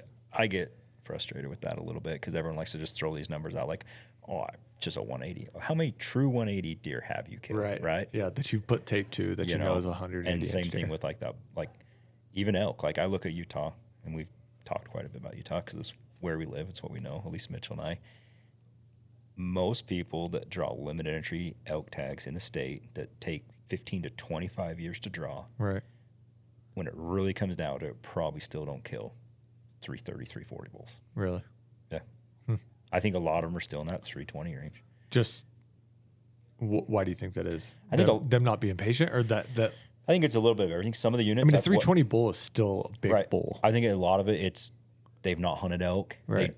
They drew one tag in 20 years, and they see a good 6x6, and they're going to kill it. And right. Nothing wrong with it, and it's a 320 bull. And they probably also are like, I'd rather kill that than go home empty-handed, right? Trying to hold out to a 350 bull. And Utah, like in the early 2000s. Yeah. I mean, like 2000, 2005 to 2010, like there were giants getting killed. Yeah. Across the state. I mean, that was the years of the 350 to 400 plus inch bulls. Right. You know, like everyone wants to act like, oh, I mean, and you knew it. Like you saw people, you knew people killing 370 and 380 and 390 bulls almost on every unit, limited entry. Yeah. Like those years are gone. Yeah. And it's not that those bulls don't exist, but in those kind of numbers, like the heyday of like just giant bulls in Utah, yeah, it's not what it is. I mean, you look at what the top guys are killing, even guided outfitters, you know, the big money tags, the sportsman type tags, or the, you know, the governor's tags, like fully guided people that are putting in the effort. Like you're putting in some effort to go kill a 380 bull right now. That's tough. Yeah. I mean, still 380 is like crazy big. So like the unit that she has, like I said, I've not personally had a tag for a big bull, but I've had family members that have hunted it. Yeah. I've helped and tagged along on multiple hunts on this unit. Like it can produce elk in that caliber, but no, I think you're like, my advice, you see a 340 plus opening weekend, you kill it. Oh, absolutely. Even 330, I think. Well, and that's what I was going to ask is like, how many days do you really have dedicated and understanding, you know, I don't know your wife that well, right? But like, can she withstand a 6-day hunt straight, right? That's a like, really good question. She's pretty dang tough. I took her bear hunting. I'm not saying she's not tough, right? But there's a difference in being tough and getting up and hiking your butt off for 6 days. It could get cold. It could get rainy. It could whatever, right? Like when all of the elements start to kind of be put together. Yeah, it's we'll have like 17 goats at that point.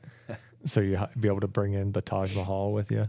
The goats will help, but we'll have 9 days to hunt. I don't want to hunt 9 days. Yeah.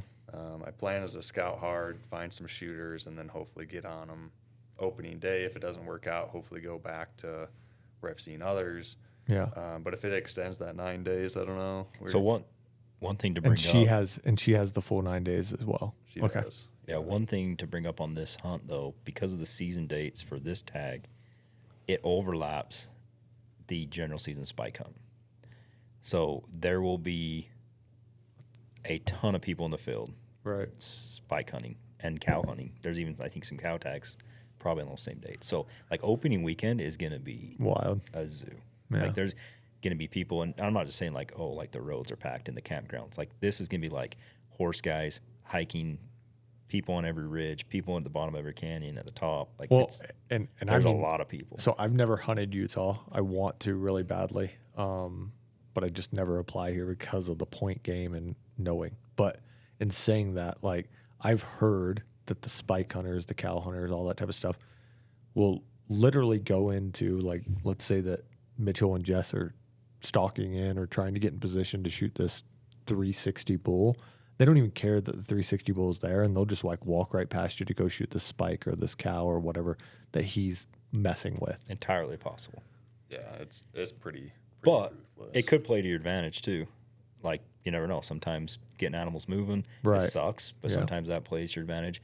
It's people talk. You know, you talk to people out on the hill and the mountain, and they only have a spike tag or a cow tag, and they might be able to help you locate, hey, we saw this bull in this canyon. Yeah. So I don't know. Sometimes it's good intel. It could work to your advantage, but you've got to play the game. Like, it's going to be frustrating. You got to go into knowing that.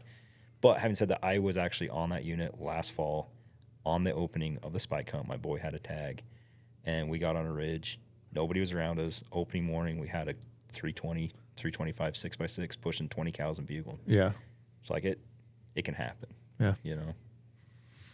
340 or bust. 340 or bust. Jess, if you're listening. So let me ask this. What's your biggest? You've killed a lot of elk. How many elk have you killed, Mitchell? How many bulls have you killed? 8 bulls That's a lot, in especially 7 7 years. yeah. That's pretty damn solid. Yeah, I know people that have lived here their whole lives and not killed 8 bulls, me included. I mean, how many of those been out of state? 2. 2. Okay. That's still pretty Yeah. sick. Six bulls in 6 and Utah. 7 years, and knowing that those were all general tags, I'm assuming. Yeah, Any bull tags? it's pretty impressive. That's I'll give very him credit. impressive. Good job. So, anyways, what's your biggest bull? We're going to round up, as you always do. By about 15 inches. It had a few inches taken off just because it got broke. Yeah. Not full time, but 2-3 inches here and there, and then you Right. round up 340. Okay, I think it was 333 or 335 And that was- actual. a Wyoming bull. Yeah. Yeah, so 330, 335, 340 And range. Jess did tell me, I asked her, what's your goal? And she doesn't know a ton about hunting. She's like, I want to kill one bigger than you. Yeah. Dude. So it's funny. Kara did that to me. We were bear hunting years ago when we still lived in Bozeman and everything. And I'd killed a pretty dang big bear, like a 6'3" bear or something. And then my buddy Brandon killed like a 6'6", 6'7" bear the next summer or the next spring. And then I take her out, and I'm just plainly trying to get her to kill a bear. And I was like, what do you want to shoot? And literally that was the exact same response. I just want to shoot one bigger than you did. And I'm like, why? Because I can't. I'm just going to hold out. And I'm like, and I put her on 5-6 bears that spring, within 200 yards, easy shots. You know what I mean? Perfect. And they were all, 5.5 to 6 foot bears. And she would ask me and I'd be honest instead of just being like, yeah, that one's big. I should have just told her that and let her shoot one. But it's funny how they'll do that too. Oh, yeah. Have you looked at your dates for her hunt, though? Is it only 9 days? I swear it's longer. No, it's longer. Okay. I was going to say. But we only took, so it starts on Saturday. She took the whole week off. So we get 2 weekends plus the 5 weekdays. Would Okay. be 9 days. Nice. It actually runs until the next Thursday. Yeah. And I said, hey, if we don't kill one in 9 days, can you take more time off? And then she yelled at me. So I guess we got 9 days. So, if you give me a really good spot for the general hunt and I go kill a bull opening weekend, I'll give you where you can actually go. I'll kill. come help you the next weekend. How about that? All right. Okay. That works. Because I got to scout for deer. Oh. Because I am hunting deer on that same unit. You might need pack stock or a bunch of people because getting them out kind of sucks. Yeah. If you get them to camp, it's 3 miles downhill. That's easy. But if you go way down, you might die. I know a guy with pack goats. I'm going to be on the Yeah. different mountain. Well, that's why you have 17. You can lease a couple I out. have a friend with pack llamas. Okay. Those would be helpful. Yeah. He's going to be Yeah, using let's- them because they both have elk tags somewhere else. But actually, they could be done by then. They have muzzleloader elk tags. Limit entry. We can figure this out. Yeah. Yeah. All right. We'll figure it out. All right. Okay. All right. Anything else for October? Just my deer tag in Utah. I'm excited about that. And do you have anything else for October? I don't know. Like I said, that mountain goes still kind of up Right, in the yeah. air. Depends on when the wife kills. I got that wedding one weekend. Right. People should get married in like May and June. I know. It's yeah. terrible. I already yelled at him. I got married November 9th. And I was working for Andy at the time, and he was like, you literally picked the best day that you could ever be mule deer hunting or deer hunting in general as your wedding day. And at the time, so when we got engaged, I'll give a little backstory. I totally thought that we were going to move back to Wyoming, and most Wyoming seasons are over They're on done. October 31st. Right. So I was like, oh, that's perfect. I got 10 days to get ready for the wedding, blah, blah, blah, right? Well, we didn't. We stayed in Montana, and you can hunt all the way until the Sunday after Thanksgiving. So in my years of marriage, I haven't been married that long, right? Almost 6 years now. I was doing very good, and I would never miss one, even with all my hunts. I would always come back on the 8th, leave on the 10th, something like that, right? And I'd always be there until last year, and I left on our anniversary to go to Iowa and hunt. She was just like, it's been 5 years. You're good enough. We're good. Go for it. We've covered So, Yeah, see, for me, and I'm kind of the same you said about Wyoming. In Utah, obviously, deer hunting's done in Yeah, October. right. You know, there's a few oddball late hunts here or there, but like November's fairly open Right. generally. Yeah. And so my anniversary's in May, so I don't have to worry about that. Yeah. But But you got to worry about bear hunts. now I got spring bear. I know, spring bear's right there, May 18th. Yeah. But my wife's birthday is November 12th. And it's, Yeah. we like to tease, but birthday's a big deal to her. Like, I could care less for me. Right. But, like, yeah, there's been a few times, Colorado, I do a lot of Colorado third season, second season, you know, the dates move around, and we got to sometimes play around with that. Yeah. It's become an issue before. Yeah. But in saying all that, guys that are listening to this podcast, you should be there for your wives on their birthdays, your anniversaries. I was not the past 2 years. I sent her a text on my inReach. So this is why you need to change your ways now. Yeah, You're married now. Yeah, exactly. Now that you're married. No, she knows what she's getting into. No. Got to be a good husband, Mitchell. I like hit a present and I text her on my inReach. I was like, "Happy birthday! Go find your present." And she opened it and she thought it was the coolest thing. You weren't married then, though. We weren't. Exactly. It all changes. What do you have in October?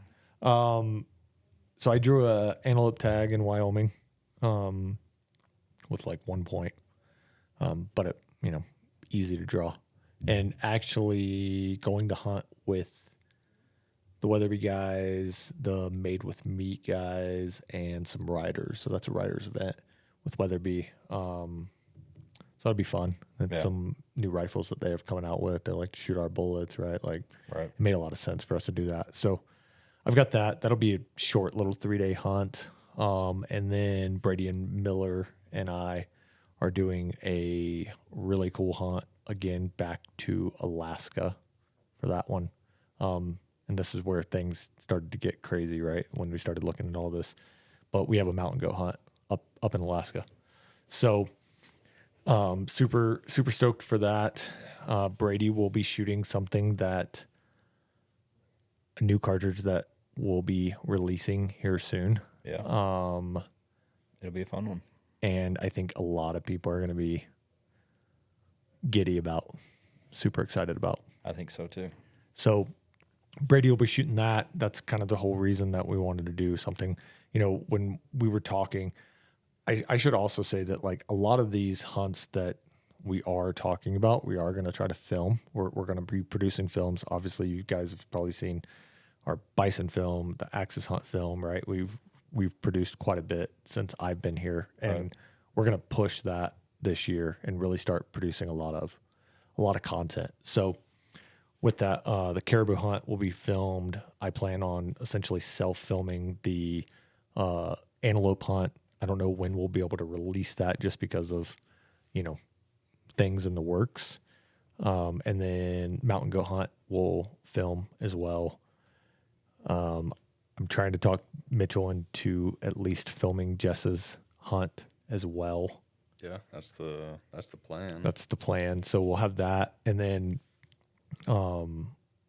going into October, I'll also speak for Andy, right? Andy's got a riders hunt event that he's doing with Can-Am, Savage, and then quite a few riders. And it's an elk hunt in Idaho that actually literally like overlaps the same time that Brady and I will be in Alaska for the mountain goat hunt. So he'll be filming that. So right there, I mean, you look at, we've got 5 or 6 hunts, and then we also have some other things that we have kind of planned later into November. Yeah, that'll be cool. I'm excited about it. Yeah, I mean, and again, right, like I'd kind of planned that one out with Brady, once he became one of our ambassadors officially, right? He's been shooting our bullets for close to a decade now, but like we wanted to officially bring him on as an ambassador, but we want to do a cool hunt.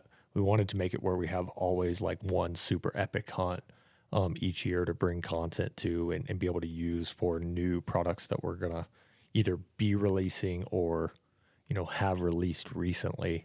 So this one kind of lined up perfectly for that. I'm in between what I want to shoot. I guess that this goes back to the whole 280. I think that 280 would be a really good option. I also have my 7 PRC that's absolutely lights out. A goat is a lot tougher to kill than a sheep is.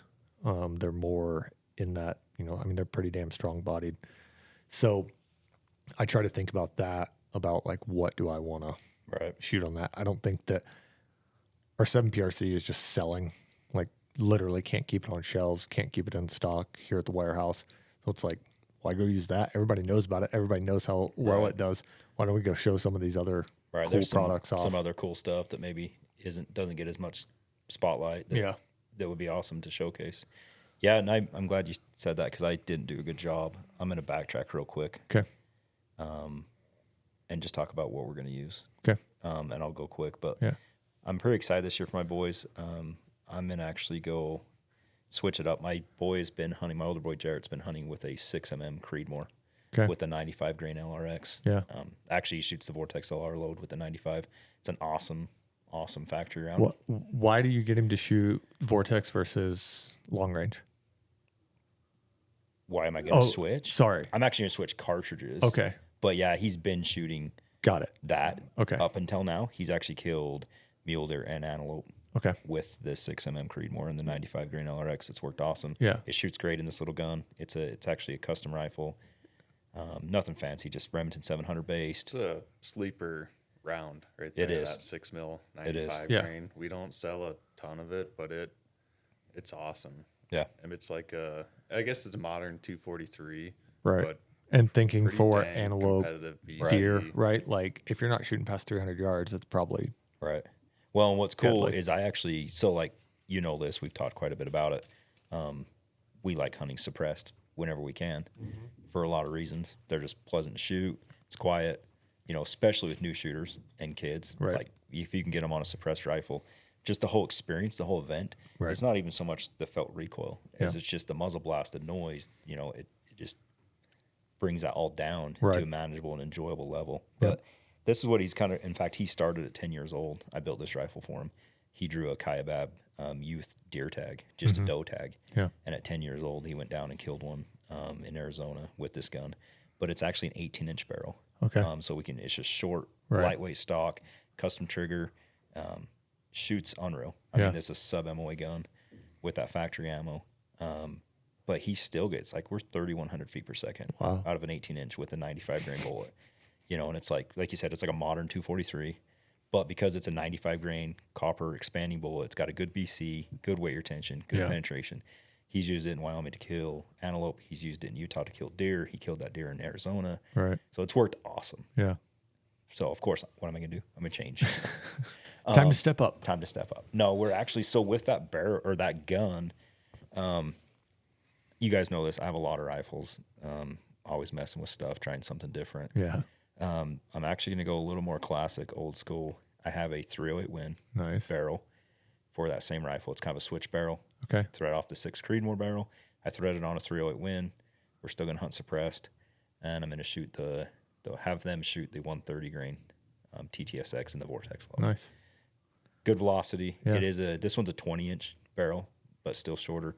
But with that 130 grain, get velocity up. And so my younger boy, Wyatt, is actually going to use that rifle on the early rifle. Okay. Hunt. Him in 308. And I mean, how much more like extended range do you feel like you're going to kind of get?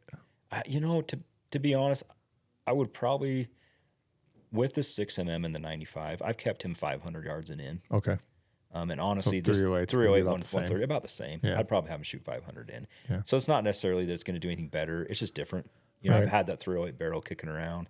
And so it's like, let's throw it on and mess with 308. But what I am excited about is I want to get them, and having said this, we're already midsummer, Yeah. but life is busy. The idea is to get them at the range a lot more, Right. get a lot more trigger time. And so Yeah. that was honestly the biggest goal with the 308 barrel. It was almost, it's heavier recoil, obviously, than the 6 Creed. But with a can, it's manageable. Right. But it's really just a barrel life thing. Yeah. I've got a ton of 308 ammo. I used to shoot 308 as a match cartridge. Right. I've got a kind of a more target 308 rifle. Okay. So I've got ammo coming out my ears in 308. Yeah. So I actually made the barrel swap more for a practice training type thing. And so it's Gotcha. kind of like, let's hunt with that this year. Yeah. Get into the range a lot, shoot a lot of 308. So one of my boys will use the 308 with the 130 TTSX on that rifle. And then When it comes to muzzleloader, because you said that you're one of your boys, yeah, right? muzzleloader. This will be interesting because Utah changed the rules again with muzzleloader. Yeah. I've actually done a lot of muzzleloader in Utah. Yeah. historically, that was kind of my go-to was muzzleloader, mostly because of season and tag. Yeah. It's just less people in the field. Right. I'm a rifle guy. I'd rather hunt with rifles, but the muzzleloader hunt generally is less crowded, those kind of things. So anyways, I actually have a Remington Ultimate muzzleloader Okay. that I've been using the last, 7-8 years. Yeah. I actually killed a really good buck with it in Utah back in 2017 on Okay. the general season muzzleloader. At that point, you could run scopes, so Yeah. So I grew up hunting muzzleloader. In Utah, no powered optics, so iron sights, red dots, one power, those kind of things. Right. They allowed you to go to powered scopes. They ran that for a while, and then just last year, I think they changed back to no powered scopes. So I didn't hunt muzzleloader last year. My boys didn't hunt muzzleloader last year, so I need to get some muzzleloader set up this year. Okay. But I've got to do something else optic-wise. Right. The challenge with that gun is the ultimate muzzleloader is obviously high velocity. I shoot the Magnum MZ, Okay. Barnes Magnum MZ 250 grain. I actually shoot Blackhorn in it, loose powder. Why do you shoot loose powder versus pellets? It'll shoot. So just to kind of, it's consistency really. Okay. Now it'll shoot pellets. Now the cool thing with the ultimate muzzleloader, it was designed around 4 777 pellets basically. 200 grain charge, 2,400 feet per second out of a 250 grain. But I like the Blackhorn in it. It's just it's clean. It's super consistent velocity. Yeah. I can get that 2,350, 2,400 feet per second with the 250 grain Magnum MZ. Yeah. Works awesome. I've killed multiple deer with it. Are you How's the gonna keep- recoil? Sorry. How's the recoil with 200 grains of powder? It's there. It's absolutely there. And they're not lightweight guns. Right. Like that's I mean, I guess that helps on the it recoil, helps, but I'm but thinking even with 'cause right. your younger son is Right. how old? 14? Yeah. Like, And he's kind of built like me. Like he's pretty Yeah. stout, broad Okay. shoulders. My 16-year-old's a little teeny kid. I Yeah. mean, he's like you, but Yeah. like little. right. But he killed a deer with that muzzleloader. In fact, his first mule deer. Yeah. Well, second, sorry, because he killed a doe in Arizona at 10. When he was 12, he killed a mule deer in Utah with that muzzleloader. Okay. I did back off the charge. I didn't push it. Would you do that again for your 14-year-old? Possibly. Now, I did put a muzzle brake, which is a little odd. Something I would have never thought of growing up. I was like, but A muzzle brake on a Yeah. muzzleloader, huh? yeah. And so my Interesting. ultimate has a muzzle brake. We actually, it's not something we really do or advertise anymore at Barnes, but we built muzzle brakes in Right. our house in our machine shop. We actually designed a sweet muzzle brake. Yeah. And so we actually, a group of us here we put those muzzle brakes on those ultimate muzzle loaders. If It you guys helps. want muzzle loaders back at Barnes, drop us a comment and let us know so we can tell our bosses. Yeah, that's right. And we've actually gone through a pretty huge design iteration and testing, and we have a pretty sweet muzzle brake. Yeah. But anyways, so yeah, it does have a brake on it. But I might back off because, I mean, 2,200 feet per second is plenty, especially where it's open sights now. Right. That's what I'm It's saying. not I like- mean, Yeah. I was going to ask you, are you going to keep the Magnum charge even though only you shooting took your scope off? 50, 75. I mean, you don't think that you're really going to shoot past 100, right? With open sights. We might. I mean, I mean, that's kind of pushing it. depending on the site, like I'm not saying like everyone go do this because Right. I have some pretty strong opinions with muzzleloaders in long range. Okay. I mean, ultimate muzzleloader craze, the CVA paramounts, the custom guns, the custom, the Right. high BC bullets Yeah. that weren't necessarily designed to hunt with. Yeah, I Guys mean- all of a sudden think, oh, I can shoot 500 yards with Right. my muzzleloader. No, you can't.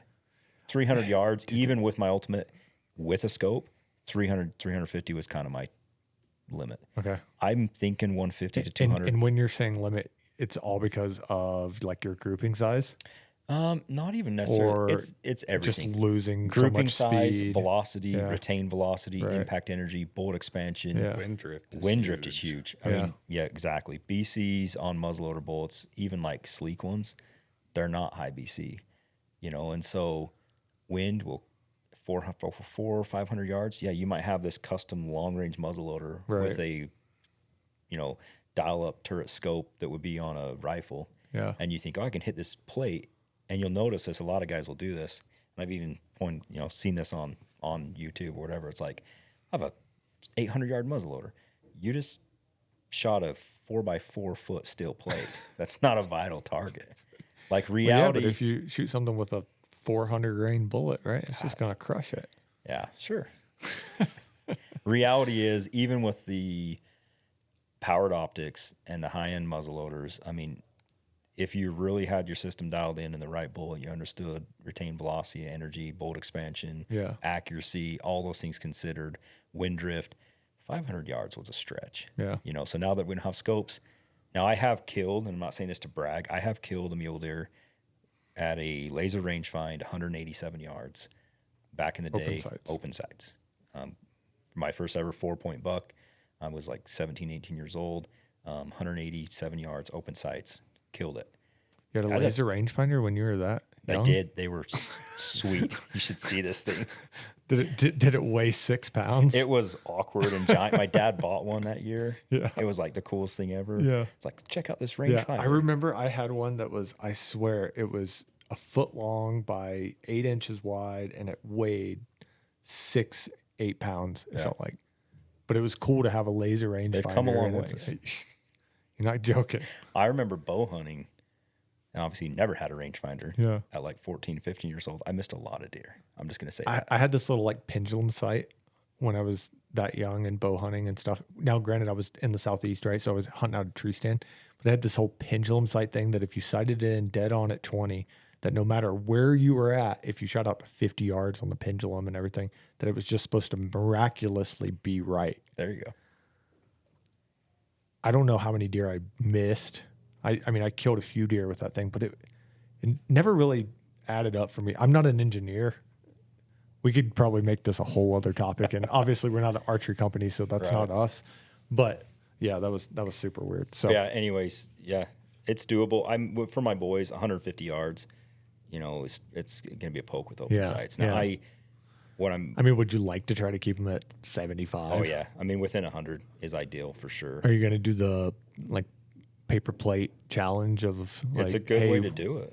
like if you can hit this every single time, like Yeah, I usually do milk jugs. Okay. Like hit the milk jug. You know, if you can hit, exactly. You know, I mean, if we're at 150 yards and you're not drilling the milk jug, you're not going to be shooting deer. Right.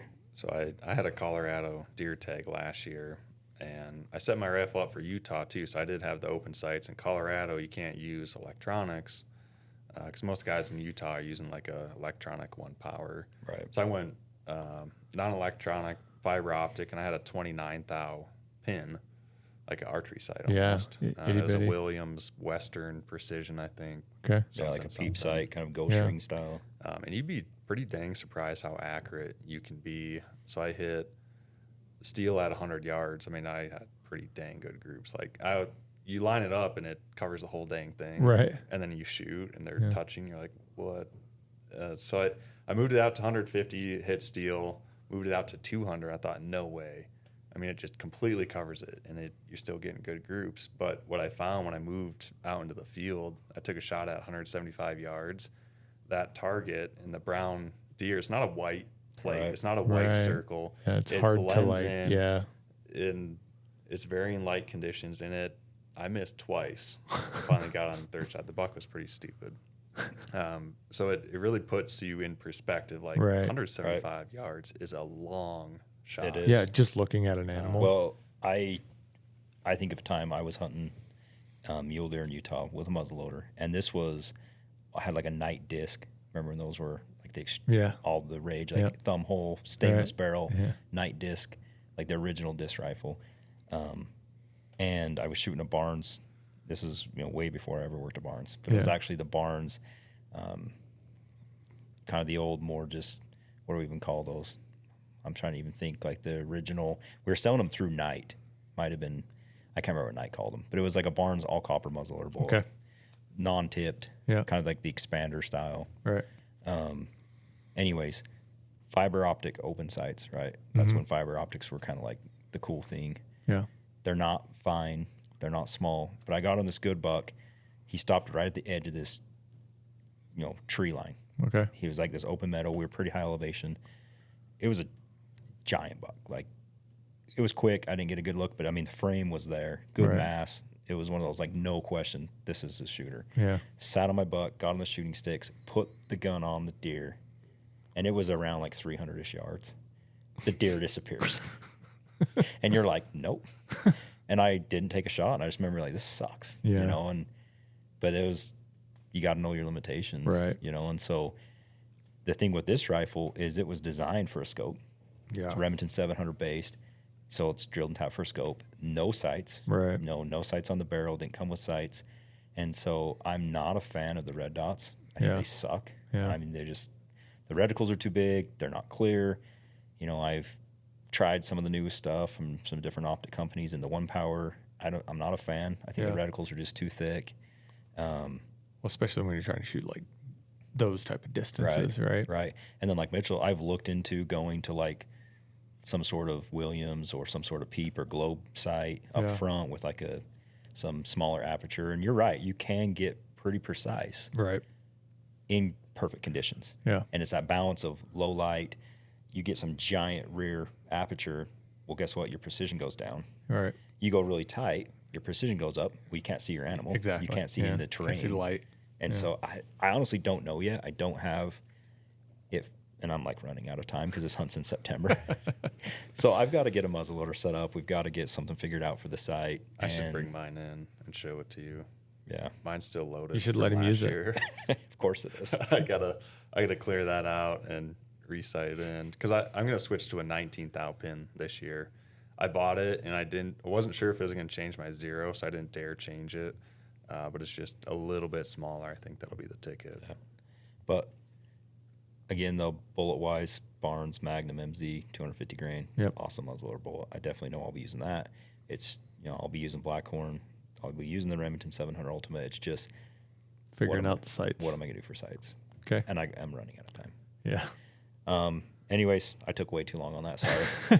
That added to our conversation. But gun for me this year, Utah, for deer. I haven't decided. Obviously, 280 Ackley. It's kind of been my go-to mule deer gun. Not allowed to use it this I'm year. probably have to do something Nope. different. You have to do something different. 6.5 284 Norma, maybe. Yeah, I mean, you can hand load that, I guess. Yeah, I used to shoot with. I have a good rifle. I used to shoot and hunt with that quite a bit. I have my 300 Win Mag. How many 208 grain. people do you think are out there that are still shooting 6.5 by 284? Quite a few. Where do you see that cartridge being kind of like the premier option? Like what was it really designed for? You know, originally it was a target round. Guys were taking the 284 and necking it down to 6.5. It really was like an F class. It became an F class. Got it. It was. Now this is aging me a little bit. You know, You're okay. I know like some of our Sierra counterparts on the engineering side, like Mark and Tommy, those guys in the lab, big F class shooters. Right.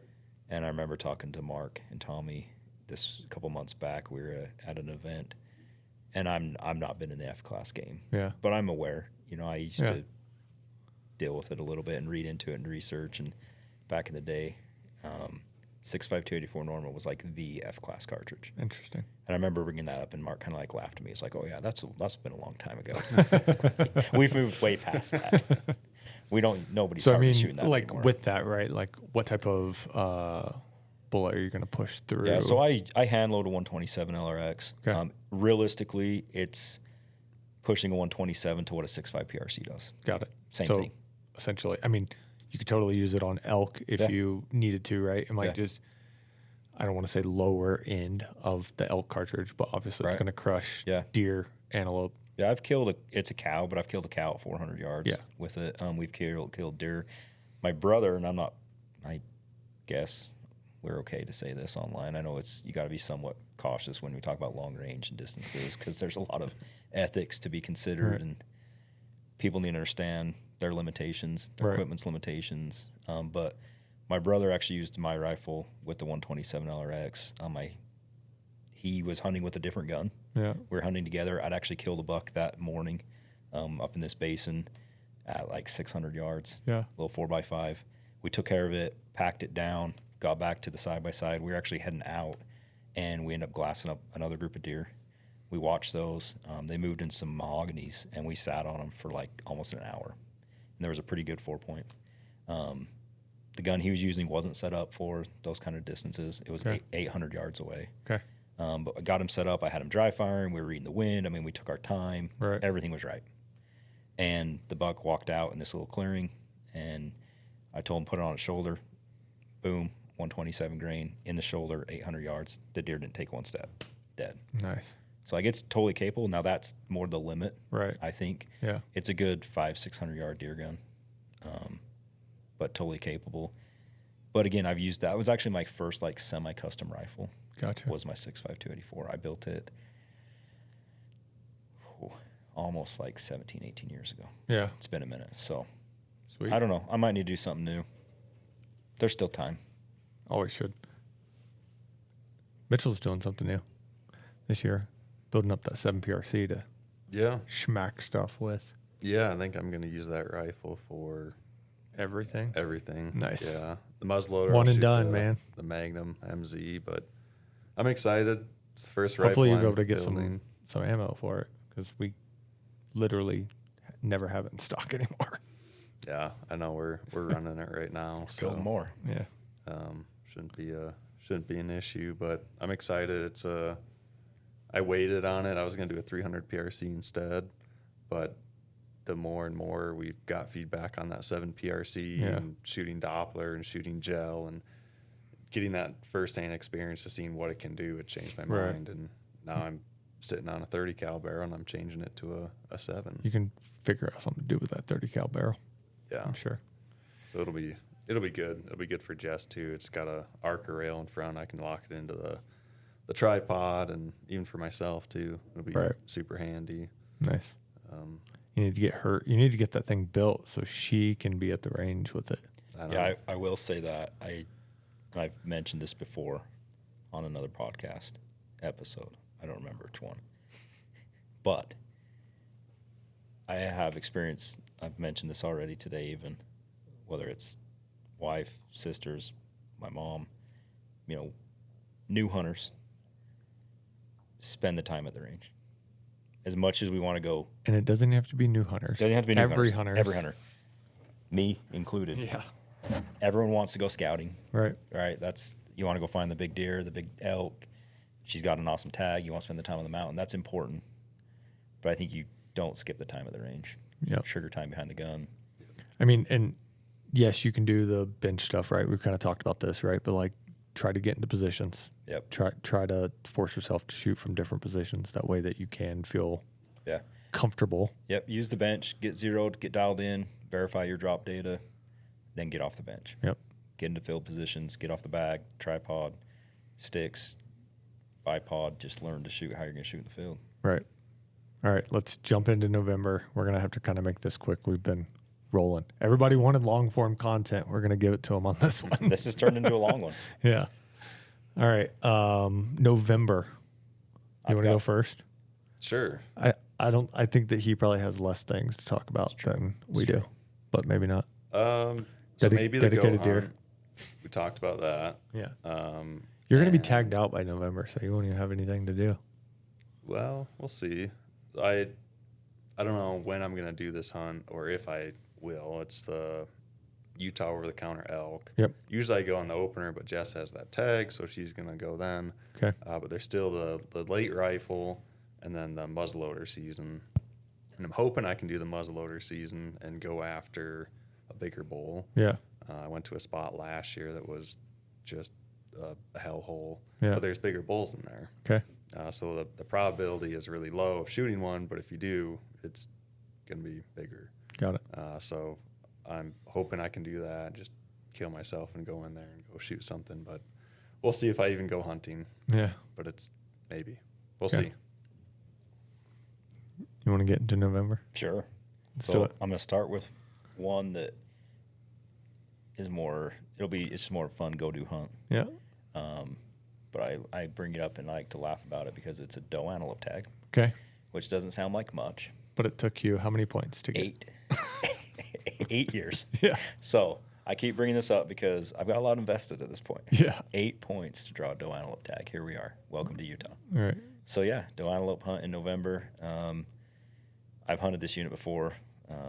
I've had multiple family members have. It's a doe antelope. Yeah. It's just an opportunity to get in the field, Right. take kids, have fun, try something new. I don't know what I think it would be use. interesting to hunt antelope in November. You Yeah. know, like thinking that there's going to be snow on the ground, right? Like that's not really when you think about Right. hunting those. Well, and what was interesting, so this unit gave 2 season options, Okay. an August and a November. And they're both rifle, Yeah. any weapon. But it's like, and I've done the August hunt before, Yeah. and it's Hot. hot. Yeah. I mean, you know how it is right now. And they're starting to get ready to rut, Right. right? Like it's just kind of, So I don't know. I went back and forth. I'm like, let's do November. yeah. And it's a pretty long season, so it gives me flexibility on what days. One thing I haven't decided is what to use yet. I would say that, at that point, right, like you almost have to start thinking, because I've noticed just seeing antelope in later, like let's say late November Yeah. or something, right? And you really have to watch for their patches to make Yeah. sure they're a buck or a doe, right? Yeah. Because they start to lose their horns Right. at that point as well. So it's True. kind of interesting.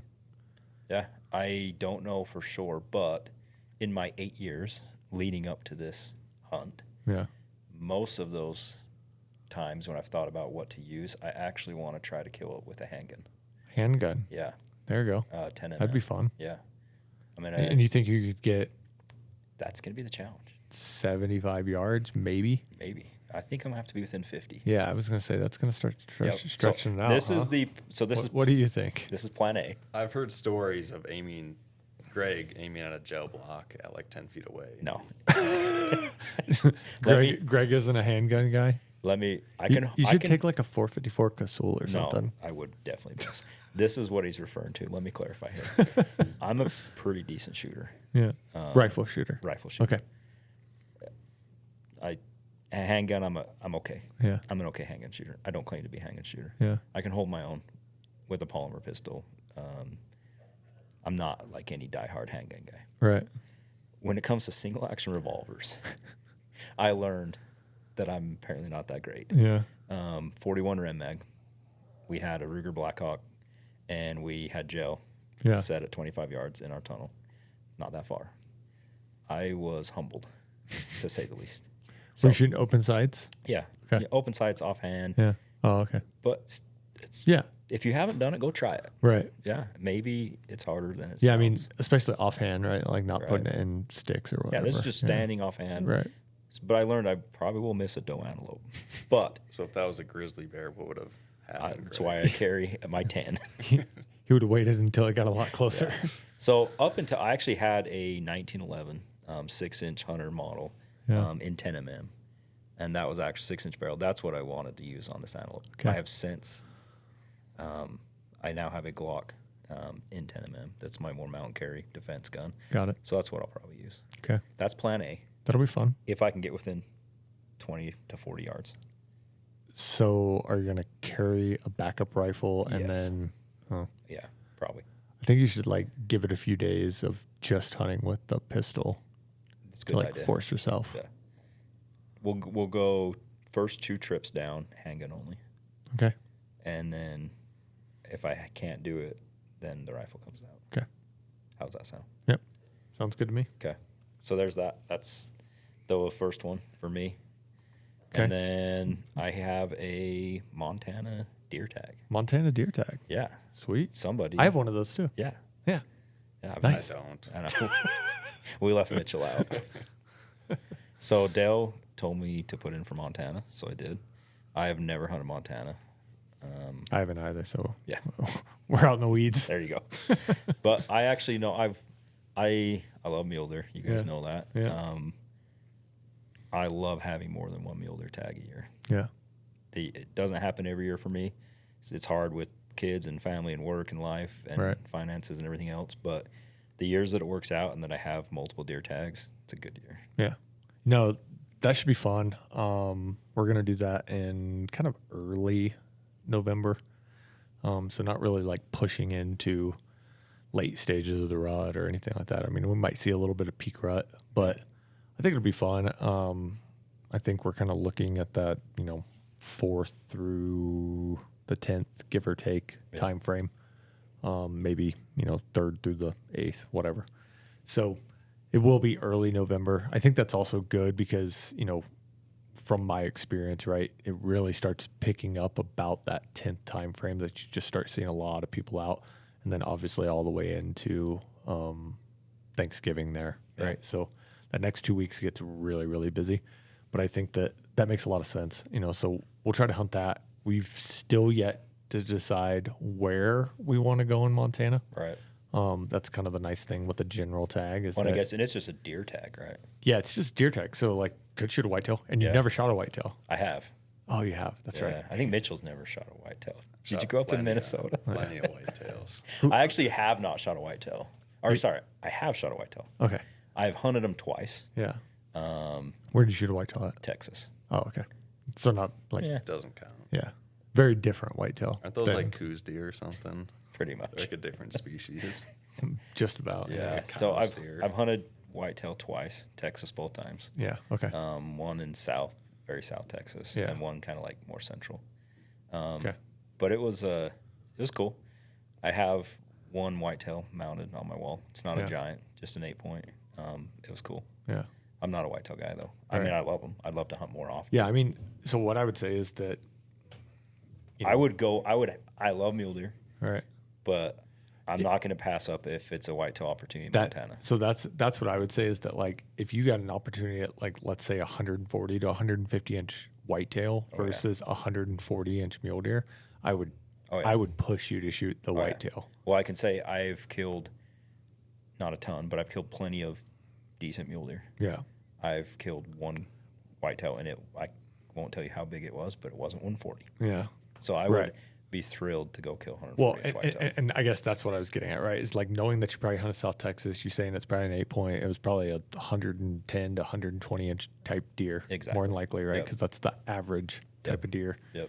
So, and also knowing that you've killed quite a bit of bigger mule deer, right? And that you're a mature mule deer hunter, right? Like, I think there's an option, or definitely an opportunity, right? That we can hunt an area that we could easily see either or, Yeah. right?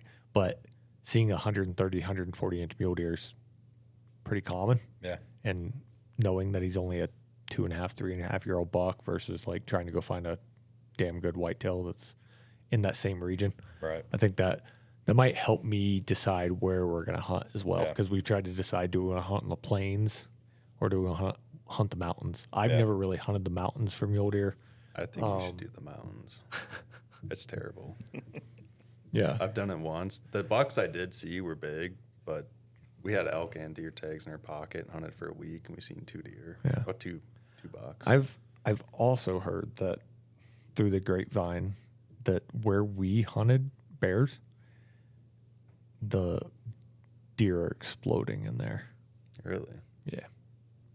It's I'm- very interesting. I'm going to say this. It might not I'm be a bad spot. up for anything. I'm going to just go with what you recommend. If it's whitetail, I'm halfway scared that like even in early November it might be rough in there, Yeah. weather wise. So yeah, I'm up for anything. Whitetail, mule deer, plains, mountain. I'm good to go. I don't know what I'm shooting yet. It's going to probably be something new. yeah, It'll definitely be something new. I would say just don't know something what. that is very flat shooting out to 500 yards would be very nice Yeah, for you to shoot. yeah. So I'm good with that. I mean, we always want to play with something new, Yeah. right? Because we have to collect content. We'll film that hunt as well, depending on I guess where we hunt and how we can get film permits or anything like that. But Yeah, so that one should be I'm excited. pretty damn fun. Yeah. We're just gonna wall tin it and go do it. It'll be cool. Yeah, sweet. What about you? November, outside of our mule deer or deer hunt? So with that, kind of talking back to that sheep hunt of everything kind of came together at one time. So I drew that antelope tag that I talked about in Wyoming that same week that I found out about the sheep hunt. And I also drew an Iowa deer tag that same week when I had 0 points and I truly have no idea how I drew it. That was one of those like, why did I draw this tag? I literally applied to basically get the point because you can, yes, just by the point, but I did it where it's like I might as well just go ahead and apply. Right. And I did, and I ended up drawing it. So I don't think that I'm actually going to be able to hunt that because, as you've heard, my season's already pretty damn busy. Right. And that comes to, I would want to basically be hunting it at the end of when we would be hunting it, and then I would go for the next 5 to 9 days, give or take, to go to Iowa and archery hunt. I did it last year, and I killed a hell of a whitetail out there, 164-inch deer that I shouldn't have, right? Killing it on public, archery, all that. Anyway, so ended up killing a really cool deer. And the whole reason that I can't fit it into my schedule is Andy and I will be going back up to Alaska again for me. The year of Alaska. The year of Alaska for me, which is really cool, right? Because I mean, I've been infatuated with Alaska since I first went there in 2017, I think it was. So I get the opportunity to really like explore it in a lot of different places and do a lot of different, hunting for animals. But we're going up to Kodiak to hunt with Adam Grenda, as well as Silencer Central, and I think Taurus is coming for bear protection because we will be on Kodiak. So that'll be really fun. I've never hunted blacktail deer.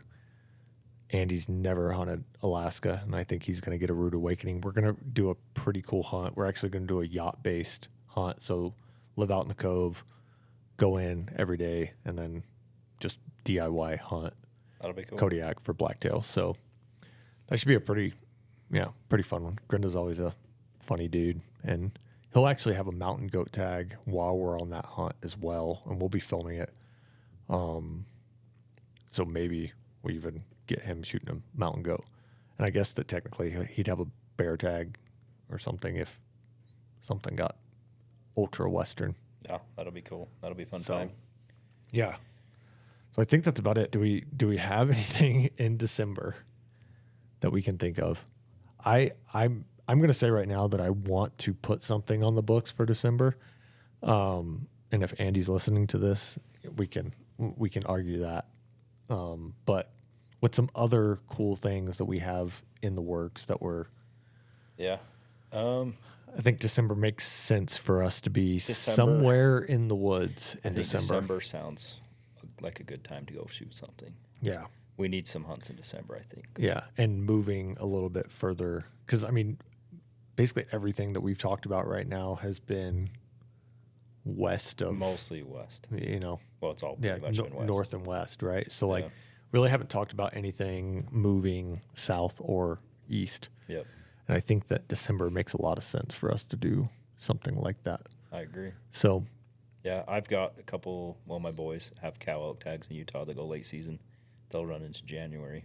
So November to January, we're gonna fit some cow elk hunts in somewhere. But yeah, and I mean, Montana does the same thing, right? Like they have the shoulder season that if you don't fill your general elk tag by whatever Sunday after Thanksgiving, it turns into essentially a cow only tag, and some of those units run till like middle of February. Yeah, like if you really want to, And I haven't killed an elk in 3 years, I guess it is. I really haven't hunted them hard, but maybe. I don't know. We'll see. Yeah. See how I'm looking on the freezer meat. What do you think, Mitchell? Let's do it. I think we need some more hunts. How many tags are you going to fill this year? Your family. Family. So we got a deer tag each. Yep. And an elk tag each. So 4 tags. Going to fill all 4? Going to go 100%? I don't think so. Not this year. 75? 50? I think 50. 50%. Who's going to be the 50%er? Are you going to go 50 and she's going to go 50? I think. Or she's going to go 100. Kill a deer and an elk, and I'm just going to be there, and I'm going to eat tag soup. Wow. Man. Yeah. That's the priority this year. I don't. Nice. As long as she kills something, I'm happy. There you go. Nice. Sounds good. All right. Anything else that we want to add to this long podcast? I think we're pushing 2 hours. Oh, wow. I won't say anything else then. All right. Well, thanks everybody for listening. And if you're watching on YouTube, we appreciate it. Please make sure to hit that follow button. Thanks, guys.